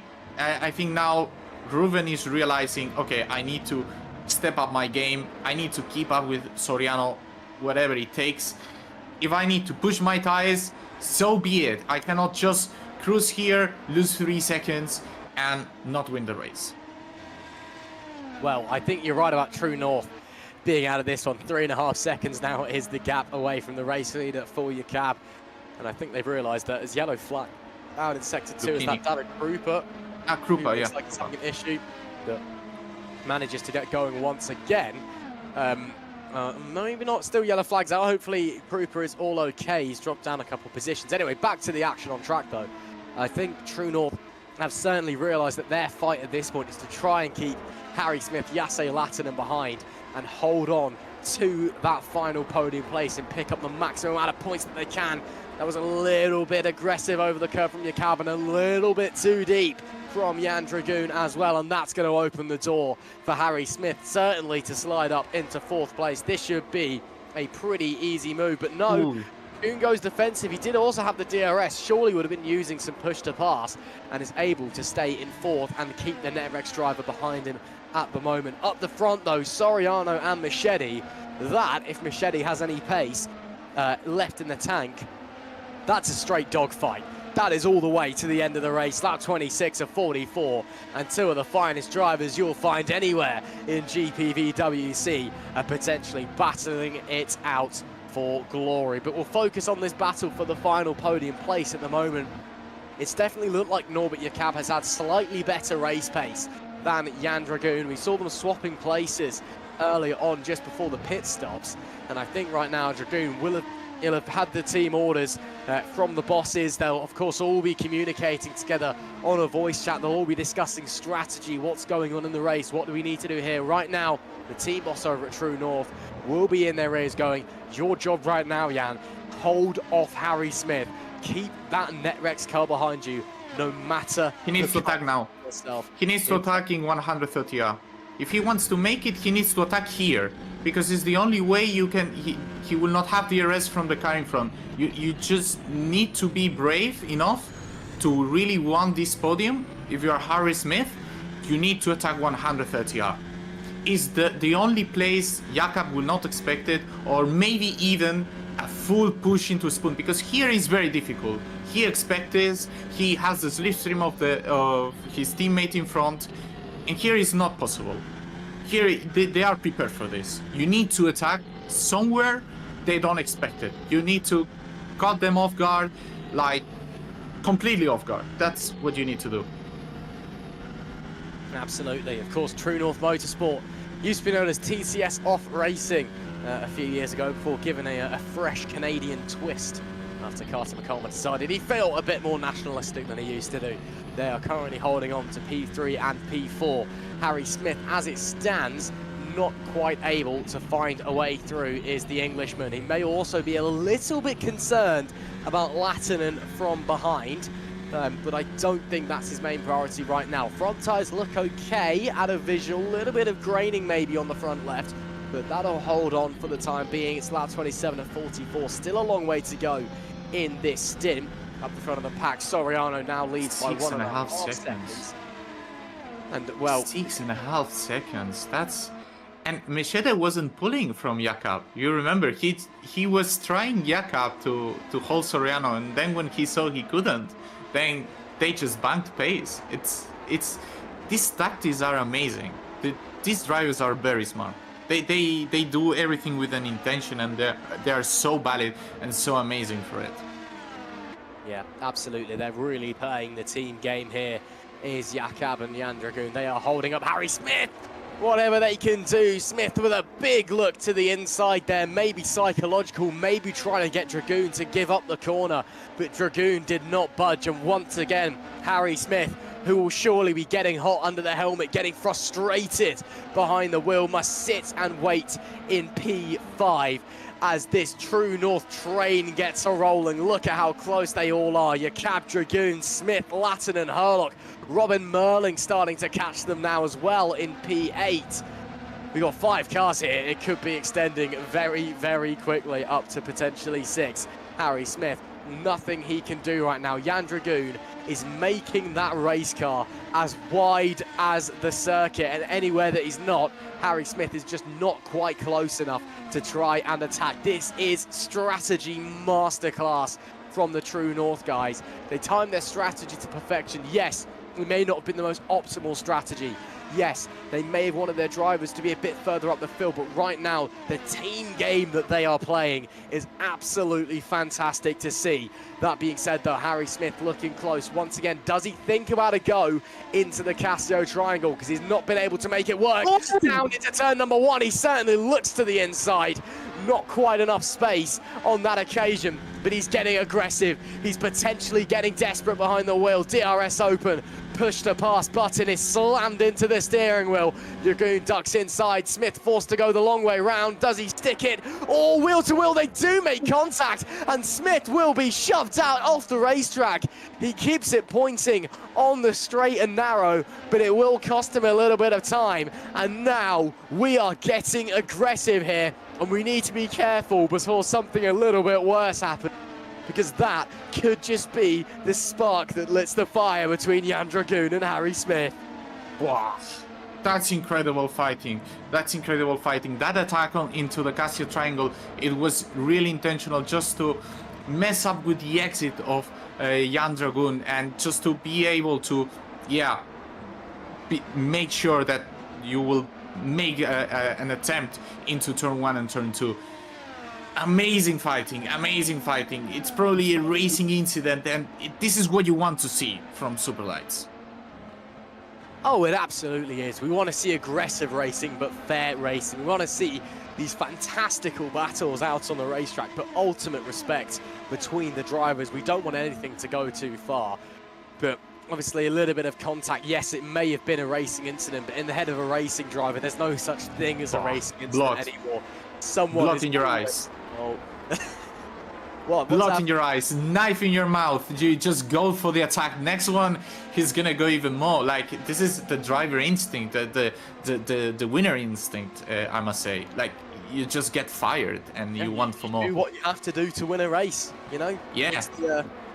It's the classic, you know, winning mentality and all of that. Well, if you don't have it, you don't win races. That's kind of how it works. Harry Smith, yeah, he'll be, again, it was a racing incident in our eyes, in the world's eyes, but in his eyes, he'll feel like Jan Dragoon has just shoved him a little bit off the racetrack there, and that he's lucky to hold on to P5. He'll be feeling a little bit aggressive. He might be playing a bit more hardball with the True North driver when he gets up to the back of him next time. Lap 30 of 44 here at the Suzuka International Racing Course in Japan. Boy, oh boy, what a fascinating race we've had so far. Up the front, Soriano now leads Machete by 2 seconds. 9.3 seconds away from, in fact, 10 seconds away now from the race leader is Norbert Jakob in P3. We are seeing one of the most beautiful team defenses you will ever see. True North on much older, harder tyres compared to the likes of Smith and Latinan on fresh and mediums, doing everything they can to keep the cars behind, to hold on to a podium, and they are basically crawling around this racetrack. I mean, it's biblical. It is absolutely biblical defense here. Harry Smith getting close once again. Big puff of dust out as he heads through the Casio triangle. This could be a proper effort. He will have the DRS, as will Dragoon. Let's see, as they come down the main straight, Dragoon goes aggressive, trying to break the toe, forces Smith to the outside once again, and Smith this time he relents. Doesn't want it to happen again. He lifts off, but stays tucked in the tail of Jan Dragoon. Still right there. Maybe Carlos thinking about a move somewhere else. I will say something. You know what's the play for True North right now? If it's possible to do. You know what's the play? They are burning P2P, both of the drivers, Harry and Jan Dragoon. And Norbert Jakob is chilling, not necessarily using the P2P.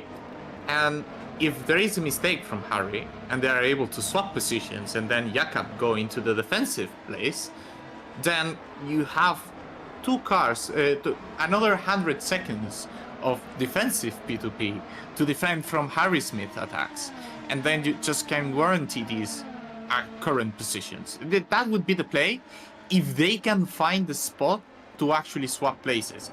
But to make that not possible, Harry needs to apply pressure all the time. But let's take into account something. Harry's tires they're gonna go down. We see like they're 12 seconds behind the leader, right? And that's a huge gap. And this advantage is is gonna be dropping and dropping and dropping and dropping. And Harry needs to do the move quite soon. Otherwise, he will need to think of just saying, okay, I will need to be happy with this P5 because my tire advantage is starting to be gone right now. And this is the play that True North could actually do. Like, if they fail in the need of doing this move, this is a play they can do as well. Yeah, absolutely. There's so many different options that they could try to look for, so many different things they could try and do. We'll all have to wait and see what is going to happen. Lap 32, I was recently reminded that it was lap 30 and we saw them heading into the Casio Triangle a moment ago. I won't say anything else on that one. If you watched GPVWC Superlights last year, you'll know exactly what we're talking about. Hello to last year's champion, Alex Lowe. I know you're watching along. We miss you, buddy. Yeah, we'll leave that one at there. Lap 30 Casio Triangle. Wow, what a race that was last season, and what a race we're having this year as well. Just simply brilliant, brilliant stuff from start to lap 32 so far. I was about to say finish then, but luckily we've got another 12 laps on our hands. Soriano still leads by 2 seconds, and your Cab Dragoon still holding off. We've had a fair few DNFs, we're down to 22 drivers now. We lost Krupa, Pishkan's gone as well. We missed that one. Sakura's gone. We lost Koroshavin, Mitchell, Rietveld, Ragota, and Gitsov. So we've lost 8 drivers now. It was a bit of a chaotic opening lap. Again, lots of drivers all over the place. Philip Pushka got caught up in incidents early doors, for example. He's only down in P19. He was second in both of the opening races of this season. Maxim Bulio also got caught up, which is a real shame. So yeah, chaotic opening lap. We've had a few incidents since then, but it's mainly just been about good old-fashioned racing out on the black stuff, and they've been pushing very, very hard as it stands. So Harry Smith as Tom van der Voort there, fastest lap of the race, 1:31.315. Still some way off of the lap record at the moment. That, I believe, yes, it was a 1:28.903. That was set by Thomas Harvey, race winner here in 2021. In Superlights before that, we had Michelle Francesconi. Then in 22, we had Jan Grankvist. Last year, after the aforementioned Casio Triangle incident, which I promise I won't mention again, Alex, we had Sandeep Singh. And 2023, a certain Carlos Martin took victory here that year. So racing royalty in the commentary box with us this evening. Carlos, I mean, we're getting to the end of the race here.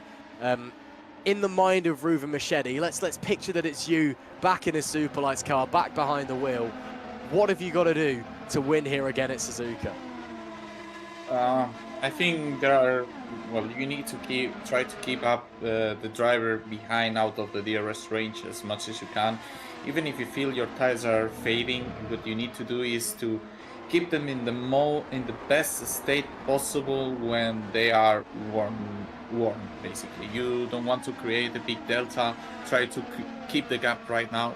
The smartest thing to do is to just shrink this delta of tire wear between P1 and P2 and just secure it. It doesn't matter if it gets you at the end, but if it gets you, it is with a minimal speed difference that he cannot actually get you. Save your P2P for defensive purposes and just to stay calm. Jose Soriano was in exactly this situation 2 weeks ago with this kind of gap over Filip Puška, who today probably had an incident we didn't really see in lap 1, and he's in P19 right now. And yeah, they are doing an amazing job. They are pushing it to the limit, Machedi and Soriano right now. And I think that's what I would try to do. Just keep this delta. As we see, as we saw a yellow there. We're not sure which driver was it, but that's what I would do. Ooh, that's Scott Mitchell Malmo. That is out of the race. Oh, yeah, the driver for Kings Racing. It was a weird spot. Is it a wheel failure? Hardware failure? Software failure? Yeah, disconnection. Disconnection. Yeah. Well, that's a shame. That's a real shame for Scott Mitchell-Mann, but that's racing. That's sim racing. Sometimes it happens. And yeah, quite a big impact into the barrier there as well. 10 laps to go then here at Suzuka. And still, Harry Smith stuck behind both of the True North cars. Latin and Herlock both closing in as well. So getting pretty close up there in this fight for the podium places. And yeah, Lattinen can maybe start thinking about launching a move on Harry Smith, or maybe Brem GP and Netrex could come up with some sort of agreement. If Harry can't get through, let Yasse have a go at least, and if he gets through, follow us through, and then we can fight for that podium place instead of fighting the P5. But, you know, let's be honest, that's probably not going to happen. But we'll wait and see how it's all going to unfold over the next couple of laps as we get towards the end of the race. 21 cars remaining. And props to Yasse, reserve driver, jumping to race today with one quali attempt, being P6. Race winner, Suzuka FS1 race 2. He's doing an incredible job. This guy will be very interesting in the market for next year. I'm telling you, super interesting. Yeah, I think he absolutely will. Of course, Tom Savelli not here this evening. He was race winner in the first round down under in Australia, then a DNF, and then meanwhile Casper Eatveld, well, it's 2 DNFs in Australia and here today in a 6th place last time out in Turkey. So Brem GP have been quick but inconsistent, I think, is the mantra to go by this season so far.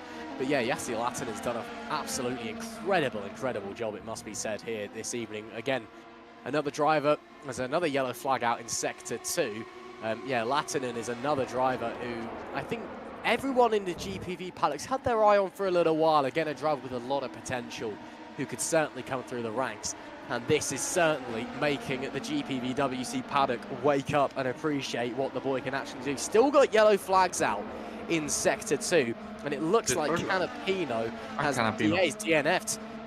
Canapino, another retiree, 20 cars left in this race. What has happened for the PZZW driver?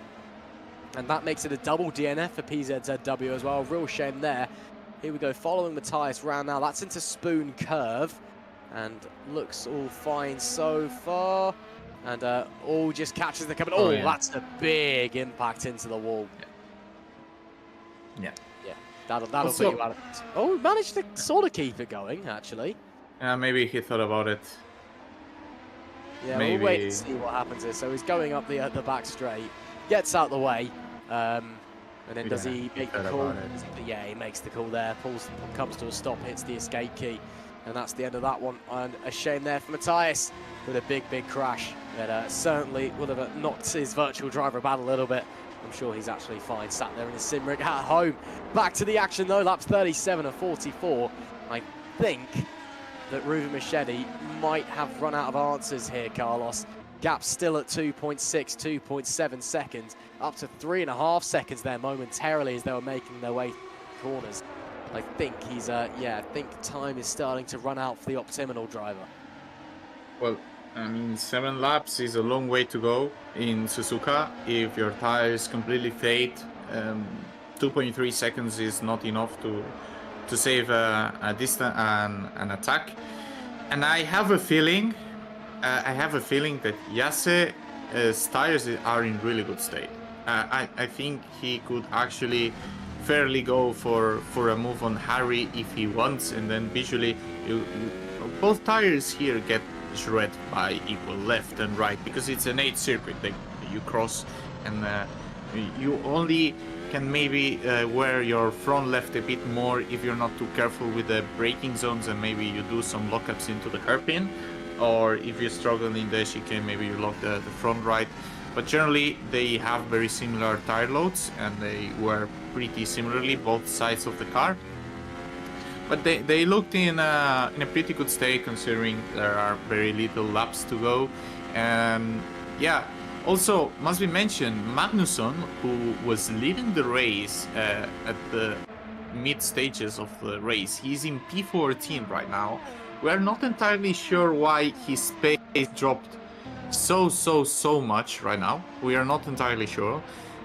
Probably his car is damaged, I would presume, because he was faster than Jakob Dragoon on the same set of tires, and they have this collaboration that they work together. And I'm fairly sure his car is not okay. I would presume. I would like to say it's a shame. It's a shame because he was so promising today. Absolutely. Yeah, we'll have to wait and see, I suppose. Laps ticking away here then at Suzuka. And yeah, Magnussen, it is a shame that his tyres fell away in the way that they did. He was putting on a mighty effort earlier on, and unfortunately it's just faded away. I don't think he's quite got the pace on this second stint. It looks like the hards, they're just not quite working for the KV86 car. And that is a real shame. Magnussen, yeah, I mean, he was almighty in the opening stint. Yes, he may be using a lot of push to pass, but it was still phenomenal. And well, them's the brakes, I suppose. Sometimes it happens. Racing doesn't always go your way, as brutal and as harsh as that may be. But still, Magnussen, he's definitely showed the world what he can do today, and he may be a bit bitter about the result, but he can certainly be proud of the performance that he put on as he gets a little bit sideways there heading into Spoon Curve. That's not quite the line, Patrick, but I'm sure he'll be fine and he can continue pushing on anyway. Maybe he'll have a little go at Remco de Jeux because his teammate Noah Tuamela was 26 seconds behind him, so yeah, bit of a gap there. Yeah, I would say take the positives home, because leading the race is not easy in such a competitive field. You did an amazing qualifying, you did an amazing first half of the race, and there will be a moment that you will be able to, as we see an attack from Russo to Scott, to Daniel Scott, and there he goes for the 10th place. Daniel Scott also, we forgot to mention him, he's doing his best race so far this year, because they were for a brief moment, well, for a long moment, both rookie monsters, the car we had to highlight today, they were in the top 10. So we see Daniel Scott right now on these medium tires, and I'm fairly sure that Russo is on the harder compound, and the same goes for Lucchini. The medium starts to fade off. You had a lot of advantage. You had advantage for almost 18, 19 laps. Ooh, as we see Lucchini going very wide, and that's a cut. But saying this, it just makes sense that the mediums start to fade away right now. And but props to Daniel Scott. He's probably going to get an amazing, good result today. And for Magnussen, yeah, just tell him, keep going on. You did great today. It will just be a matter of time to just put the whole race together. Yeah, absolutely. It's always a learning curve, even when you've won races, championships, vice championships, in other GPVW series, and in other series as well, across sim racing. Jumping up a level, it takes time to get used to things. You've really got to be a bit of a generational superstar to jump into Superlights and immediately start winning. Okay, Marco Lucchini. Let's get some sideways action out here for the fans. Woo! Oh, that got a bit exciting, and still somehow gets through Daniel Scott as well with the DRS and the push to pass. Unbelievable there from him. Man, oh man, that was a dramatic way to get the move done, wasn't it? Wowee, Daniel Scott down to 12th, unfortunately, but still in the points-paying positions. Again, don't let that take away, even though he's dropped out of the top 10. What a race rookie monsters have had for themselves today. Merling looks set for a P8 if he can stay in front of Mike Quint, and Scott still very much on for some strong points here today. Exactly what the team needed. There is Robin Merling, still leading the Lunark car of Mike Quint at the moment. Only half a second separating, though. Could be an overtaking opportunity, potentially, for Mike Quint. We'll have to wait and see as they make their way through Spoon Curve. Again, Mike Quint, look, it looks like coming into corners, Mike Quint doesn't quite have that advantage, but it's coming out of corners where he's making up that little bit to ground, getting in this slipstream of Merling in front as well as they come into the Casio Triangle. Quint, gets very late on the brakes, almost clatters into the back of the rookie monsters car. Manages to not quite do so. Will he have a go with the DRS, have a go with the push to pass? Looking for the move for P8 down into the opening corners. I don't think he's going to be close enough, and on this lap he certainly isn't. Lap 41 of 44, he'll still have time to try and make his way through, but time definitely running out. Same can be said for the likes of Harry Smith. For Ruben Machete, gap now 7.5 seconds. I think time's definitely run out for him. But Robert Merling, he's losing 1 second a lap right now to Norbert Jakob. He should have enough gap, but you know, when I'm not sure if he's just trying to secure the position or just the tires are completely gone because he was not expecting this pace from the Nitrox driver. But when you are in this state, you struggle. Like, it's not easy to keep on with the car on track. So Mercedes just needs to bring it home. But it's insane that the gap between P1 and P3 it's 16 seconds. When considering before pitting, between P1 and P11 was 4.5 seconds. So all this gap was made in 20 laps. That's the statement from Jose Soriano. Yeah, absolutely it is. The Spaniard, well, he introduced himself. Well, obviously he introduced himself in the first round, but he properly introduced himself last time in Istanbul. And this time, he is well on his way to making it 2 in a row. Meanwhile, the real story of the day so far, Jan Dragoon continues to put on the mightiest of mighty defensive efforts. Just unreal how the True North guys have managed to keep Netrex, Brem GP, Optiminal, in Smith, Latin and Herlock behind. Just unbelievable how well they've done. Jan Dragoon, for me, has got to be driver of the day just for this defensive performance. He's been very, very tidy. You know, he's not been the flashiest driver. He's not had any major moments in front. He was fighting in the lead earlier on. But he's had an okay race. He's run his own thing. But when he's had to step into this defensive role, he has kept this race alive for True North Motorsport. And they are a handful of laps away from Norbert Jakob getting a podium. So for me, Jan Dragoon, absolute driver of the day. I'll ask you then, Carlos, while we're here, while we're discussing it. We are coming to the end of the race. We've got to do it at some point. Well, Pushka's out. Pushka's out. I mean, I'm hoping that's a decision to DNF and save the end. We'll wait and probably. see. Probably. Oh, no. What? That's a PC failure disconnection. Yeah, it doesn't look normal.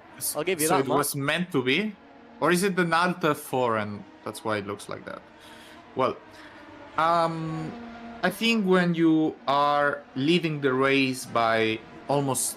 Oh wow, we see a contact between Mike Quinn and Robin Mulling, and they're still doing contact between each other, and Robin Mulling is ahead right now. Probably Mike Quinn just launched and no, I think there was still an attack between them. Here in the straight, we will see if Mike Quinn actually managed to do the move. I think he will do, maybe he will try. No. Let's go back. No, now we can go back. Now we can go back. Yeah, he was very close. Probably a move into the Casio Triangle chicane. And... okay. So, I think the first collision is a racing incident. They gave each other room and it was really tight on them. I think the rejoin from Mike, it was a bit weird. And I think that's why he was trying to concede it, because he wasn't pushing the throttle when the incident happened. And I think now it's very easy for Robin Mulling, just like, I'll keep this position, and if you overtake me, I will protest you, and then you will lose a position to Russo. Because Russo is just right behind. And if he gets a 5-second penalty, he will be back. As we see Jase Latinen here, still maybe trying to do the move as we are starting the last lap of the race. And we see leading, commanding Jose Soriano with 10-second gap. I think when you win with a 10-second gap, you need to be driver of the day. There's no other option for me. Starting from P3, winning the race to 10 seconds. I know it's showing 13, but race view tells me it's 10 seconds. And here the fight in the last lap is going to be insane, because they're going to use all the push to pass remaining. And if Jase doesn't attack, he's going to get attacked by Joseph Hortlock. So here there is a lot in play, and nobody's going to save anything. No one. So here attacks, maybe into Spoon, you can do it as well. If you're too close in this distance from Jase Latinen, you can actually launch an attack into Spoon. He can also launch an attack into 130R, as I think Jose Soriano is really close to cross the finishing line, but this fight is so interesting. Jesse Latinen is very, very close to Harry Smith. I don't think Harry Smith has the chance to actually attack on Jan Dragoon. Maybe Jesse Latinen goes as Jose Soriano crosses the finishing line and wins the Japanese Grand Prix here in round 3 of GPVWC Superlights, as we see all positions keeping together.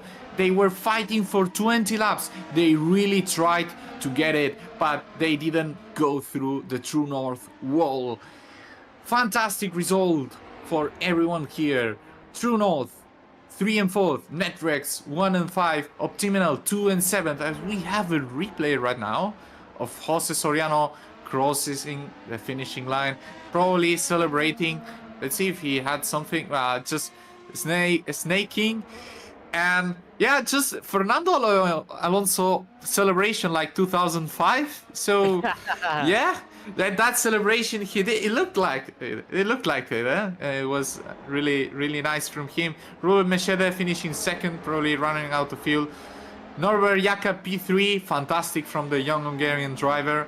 And Jan Dragoon P4, nice teamwork they did. I'm fairly sure Harry Smith will not be happy with P5, but that's a fantastic result regardless. Jesse Latinen debuting for Brem GP P6. Amazing result for the Finnish driver. Joseph Horlock P7 for Optiminal Esports. Ruben Melling P8. Mike Quinn P9. Federico Russo P10. As we see, Mirko Lucchini P11. Renko Dizu P12 scoring points for Fusion Racing. He thought he was going to be lapped. He wasn't. Patrick Magnusson P13. Daniel Scott P14 finishing double point scoring for Team Rookie Monsters, and finishing the points Noah Tuomela. Daniel Horlock missing the points in P16, Michal Galka P17, Maxime Bulliot P18, and Tom van der Voort with an incident in the first lap P19. The drivers that did not finish the race, which are 10, are Filip Puška, Matthias Canapino, Scott Mitchell Malm, David Kupra, Mateusz Pishan, Jan Sikora, Dominik Koroshawin, Luke Mitchell, Kas Rietveld, Alexander Rogozza, and Chris Kitsov. Wow. What a race. Wow. What a race we have just seen here at Suzuka. Of course, Jose Soriano, the first time was so nice. He had to do it twice. Takes his second win in a row with the third round of the season. But I tell you what though, folks, drinks and a party at Carter McColeman's tonight, because what a way for True North Podium. Wow.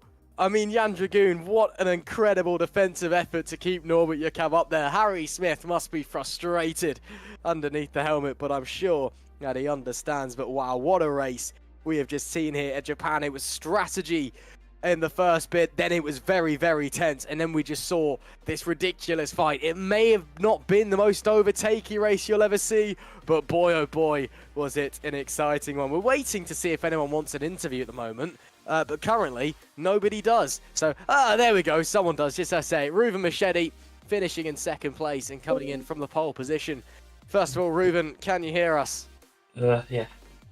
Brilliant stuff, Ruben. I mean, wow, what a race there. Unfortunate at the end, it looked like you didn't quite have the pace of Jose Soriano. But still, a very strong performance from yourself where you led a lot of the race. You should be happy with that one. Yeah, pretty happy for the fact that I only practiced like 10 timed laps and didn't do a single lap on the medium. And as well that I'm sick, so my stamina was basically gone from lap 30 onwards. I couldn't push anymore. The tires were fine, but yeah. Happy with P2, my first ever Superlights podium, and yeah, we can build on that. Yeah, absolutely. Talk us through qualifying as well. Man, oh man, what a lap. Yeah, the quali lap was pretty good. The first one, I completely messed it up. I knew I had like 5 tenths in the lap. Yeah, the last lap was pretty good. Still like maybe 1 to 2 tenths in there, but yeah. The warm pace was there to win. And yeah, if I would have been able to practice and would have been not sick, I would have could yeah, maybe beat Jose, but Jose has done a pretty good job today. So it's also if, and yeah, I'm happy with P2. Very much fair enough. Carlos, anything to ask Ruben while we're here? Well, first of all, Ruben, congratulations for the race result. You fell short a bit for the podium in Turkey due to the mistake you had in turn 7, but today you managed to get this result using a new engine, which was very important to make the difference in qualifying and then to have a small advantage during the race. My question for you is a bit different than maybe what you can expect. Are you guys happy with the current direction that the car is taking, or are you thinking it's better to diversify in other areas, and what approach are you looking for in this regard? Is it because we are one of the only teams we have done rear wing downforce and not underfloor like everybody else? Well, I mean, I'm not gonna talk on what we are gonna do next, as you are the team principal of Netflix, but I mean, I can be open that we are not gonna do rear wing downforce again, but I'm not gonna say what we are gonna do next. Yeah, of course, that's completely fine. I think it's smart to diversify a bit. I think there are lots of things that work, and not necessarily you need to put everything in one thing. But it's always interesting to hear what do you think of what others did. Like, for example, Networks went for the diffuser, other teams went for the underfloor, and I just wanted to know your opinion on those things. I mean, to be honest, I've never tested the upgrades, so it was a bit of a blinder.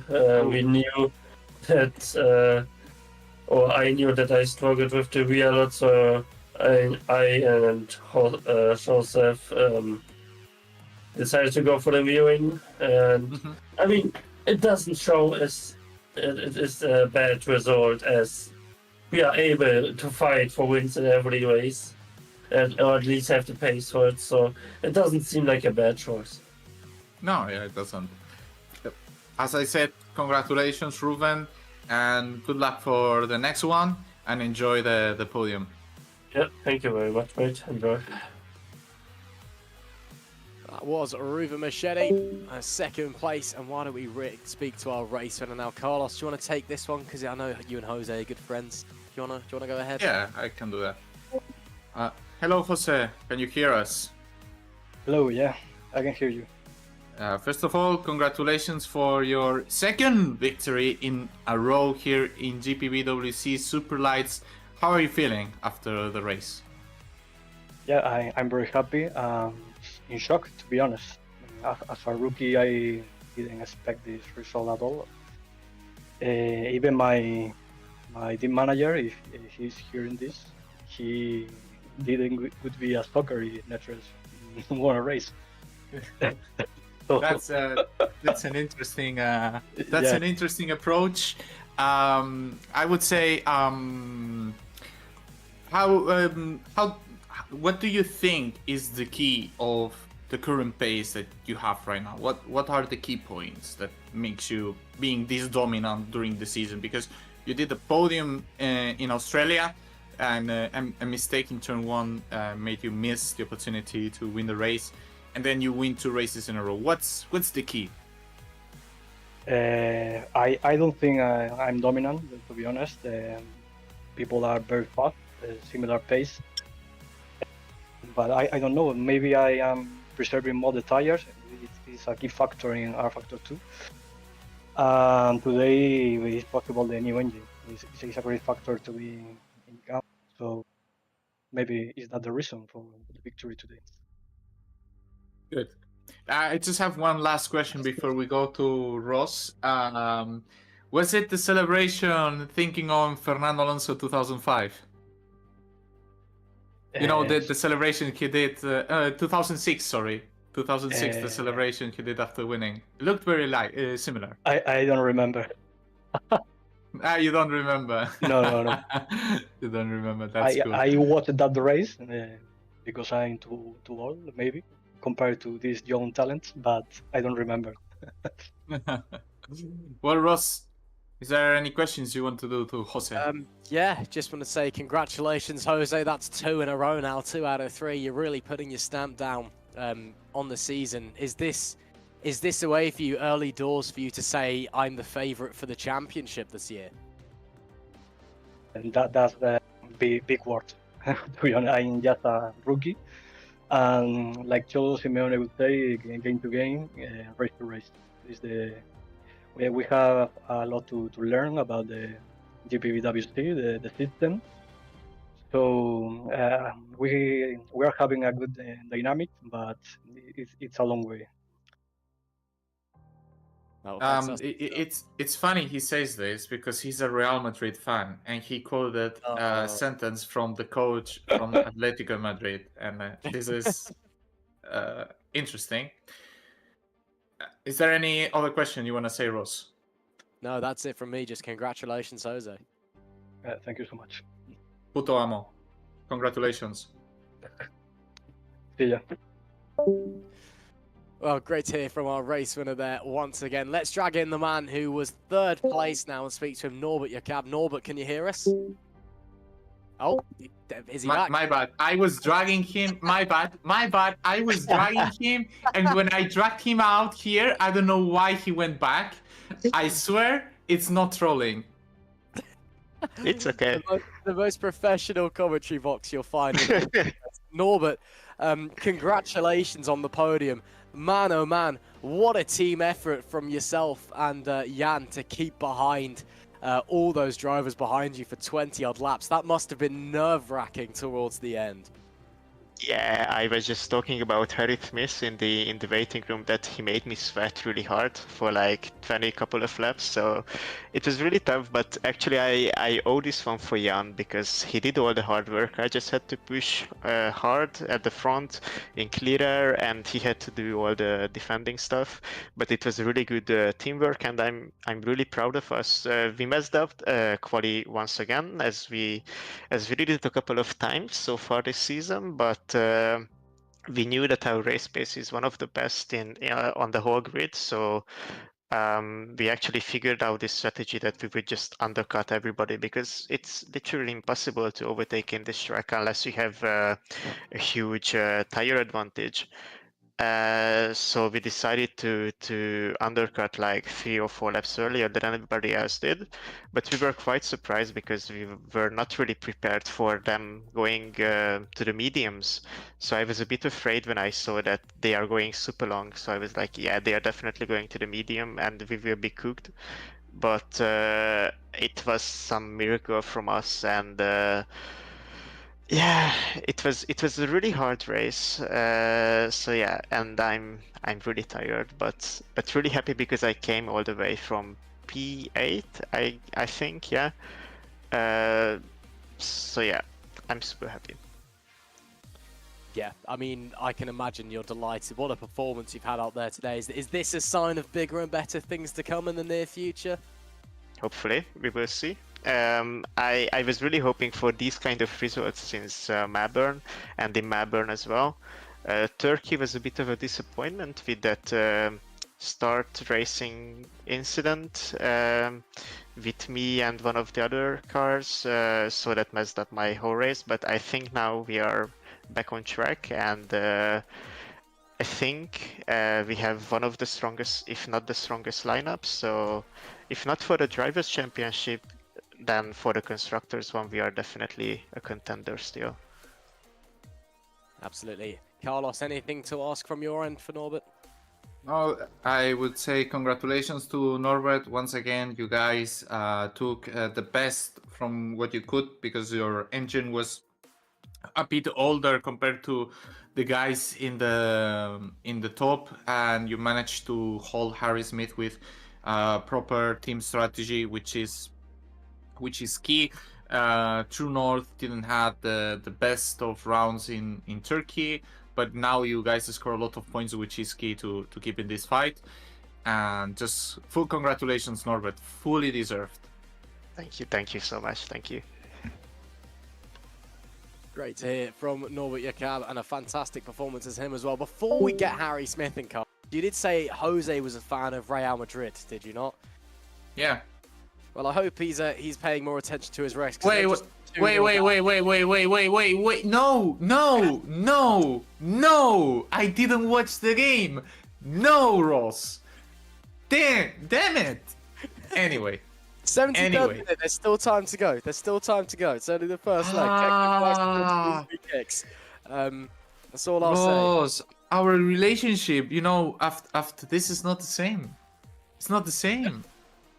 Yeah. Well, let's talk with Harry. Maybe I forget about it when we talk with him. let's drag Harry Smith into the culture. So, Harry Smith, if you can hear us, have you been watching Arsenal Real Madrid? I've just seen the 2 goals. No! I didn't want to know. I was telling Ross that I didn't want to know. Told me that first. You should have told me that first. Oh, I've not told you who scored. I've not told you who scored. It's fine. It's fine. Goals are football games. Terrible. Penalty. You should have started. Yeah. I didn't tell you who scored anyway. So anyway, that's okay. Ross, shall you go with the questions? Yeah, let's carry on. Harry, thanks for that. Sorry, I've just been ruining Carlos's night over 3 minutes. First of all, great performance there. Couldn't get through the True North guys at the end though. What happened? I think it's quite hard to pass here when you're in a bit of a DRS train. I think I knew sort of when they got together it was going to be quite hard to pass them. There was a brief moment when I'd come out the pits there where if I caught Jan quick enough, maybe I could have got past him and then got past Norbert as well, but that didn't come. They got into each other's DRS before I caught, so there was just a point where I just sort of went, okay, I'll take the points. I can see where a few other people are that are in the championship, and I'd rather not DNF trying to get past than and just take the points for 5th. I know, like, maybe on another day I could have got a podium, but these are the things that you got to consider if you want to win the championship, to be honest, as well, because every point counts, and I'd rather not DNF. Yeah, no, that's very fair. Still early doors in the championship though. So, maybe not the biggest worry if you're not on the podium every single race at this stage. But still, talk us through the rest of the race. How are things behind the wheel? Everything okay with your NetRex machine? Yeah, everything feels pretty good. We took new engines for this race, which we might have been advised not to by a certain someone, but it seemed to work out okay in the end. We'll see if we end up having a disadvantage at other rounds. If we do, then we do. And we just have to drive faster, I guess. And 2 weeks' time, heading to Jeddah for the Saudi Arabia round 4 of the championship. What's the game plan for that one? I guess drive fast, win a race? I wish. If you just not crash, to be honest. We'll have to wait and see. Carlos, if you're still here and you're not gone off crying because we've spoiled the football, any questions for Harry? Oh, don't worry. I'm just drama queening on you. Like, it's gonna be hard for you now to make me happy. I will just take advantage of that, Ross. Harry, first of all, congratulations. It's hard to me to do questions to you, Harry. We have known each other for 4 years, and we're good friends. The only thing I want to say is I asked this to Jose, and I will ask you the same. What do you think is the key factor for NetRex working so well, not only this year, also last year that you guys were fighting for the Constructors' Championship as well? The environment and the people. Yeah, that's interesting you say this, because the only common factor, well, beside are you and Tom from last year, because the team, well, is collaborating with Rem GP, and Jose is a new guy who enters in, and Cas Riddle is also a new guy who enters in the team dynamic. And props to you, because you are in this environment the key that kept going through the years. And one last thing, I would like to question if you could have done something differently during the race. What would you have done differently? I mean, we could start in qualifying, where I sort of wish I had a minor mini game stutter in the final chicane on my lap, and it sort of threw me off out of the last chicane, and I know the last sector that I can do, and I think it would have been very close with Ruven, so taking pole would have been nice. I mean, I thought I had it. I guess if I'd have taken pole, I could have tried a two-stop and tried to pull away in the first, because looking at the pace in the first stint, it wasn't particularly quick. At least I think everyone was on a one-stop and trying to save tyres, but I think maybe if I'd have started at the front, then maybe I could have pushed it a bit more. But if buts and maybes, and we'll never know now. On to Jeddah, I guess. Into Jeddah. Congratulations, Harry, and good luck for the next one. Cheers, thank you. Good luck to you on Thursday, and I'll see you around, Ross. Yeah, sure we will at some point. Thank you very much to Harry Smith. I will crash. Yeah, you won't crash. You'll be fine, Carlos. Have some faith. Yeah, that's about it for our interviews. We are all done here tonight for GPVWC. Thank you very much for joining us. Of course, a big thank you to Fabian Jungbluth on the cameras, and a big thank you, of course, to Carlos Martin as well. Carlos, it is always your pleasure, my friend. Nah, pleasure is mine. Yeah, sorry for ruining the football. Won't happen again. Nah, that's okay. That's okay. Yeah, sorry if Jose caught that as well. I don't think he will, but yeah, just in case. Anyway, that's it from us tonight. Of course, you can catch Carlos and the gang in action on Thursday.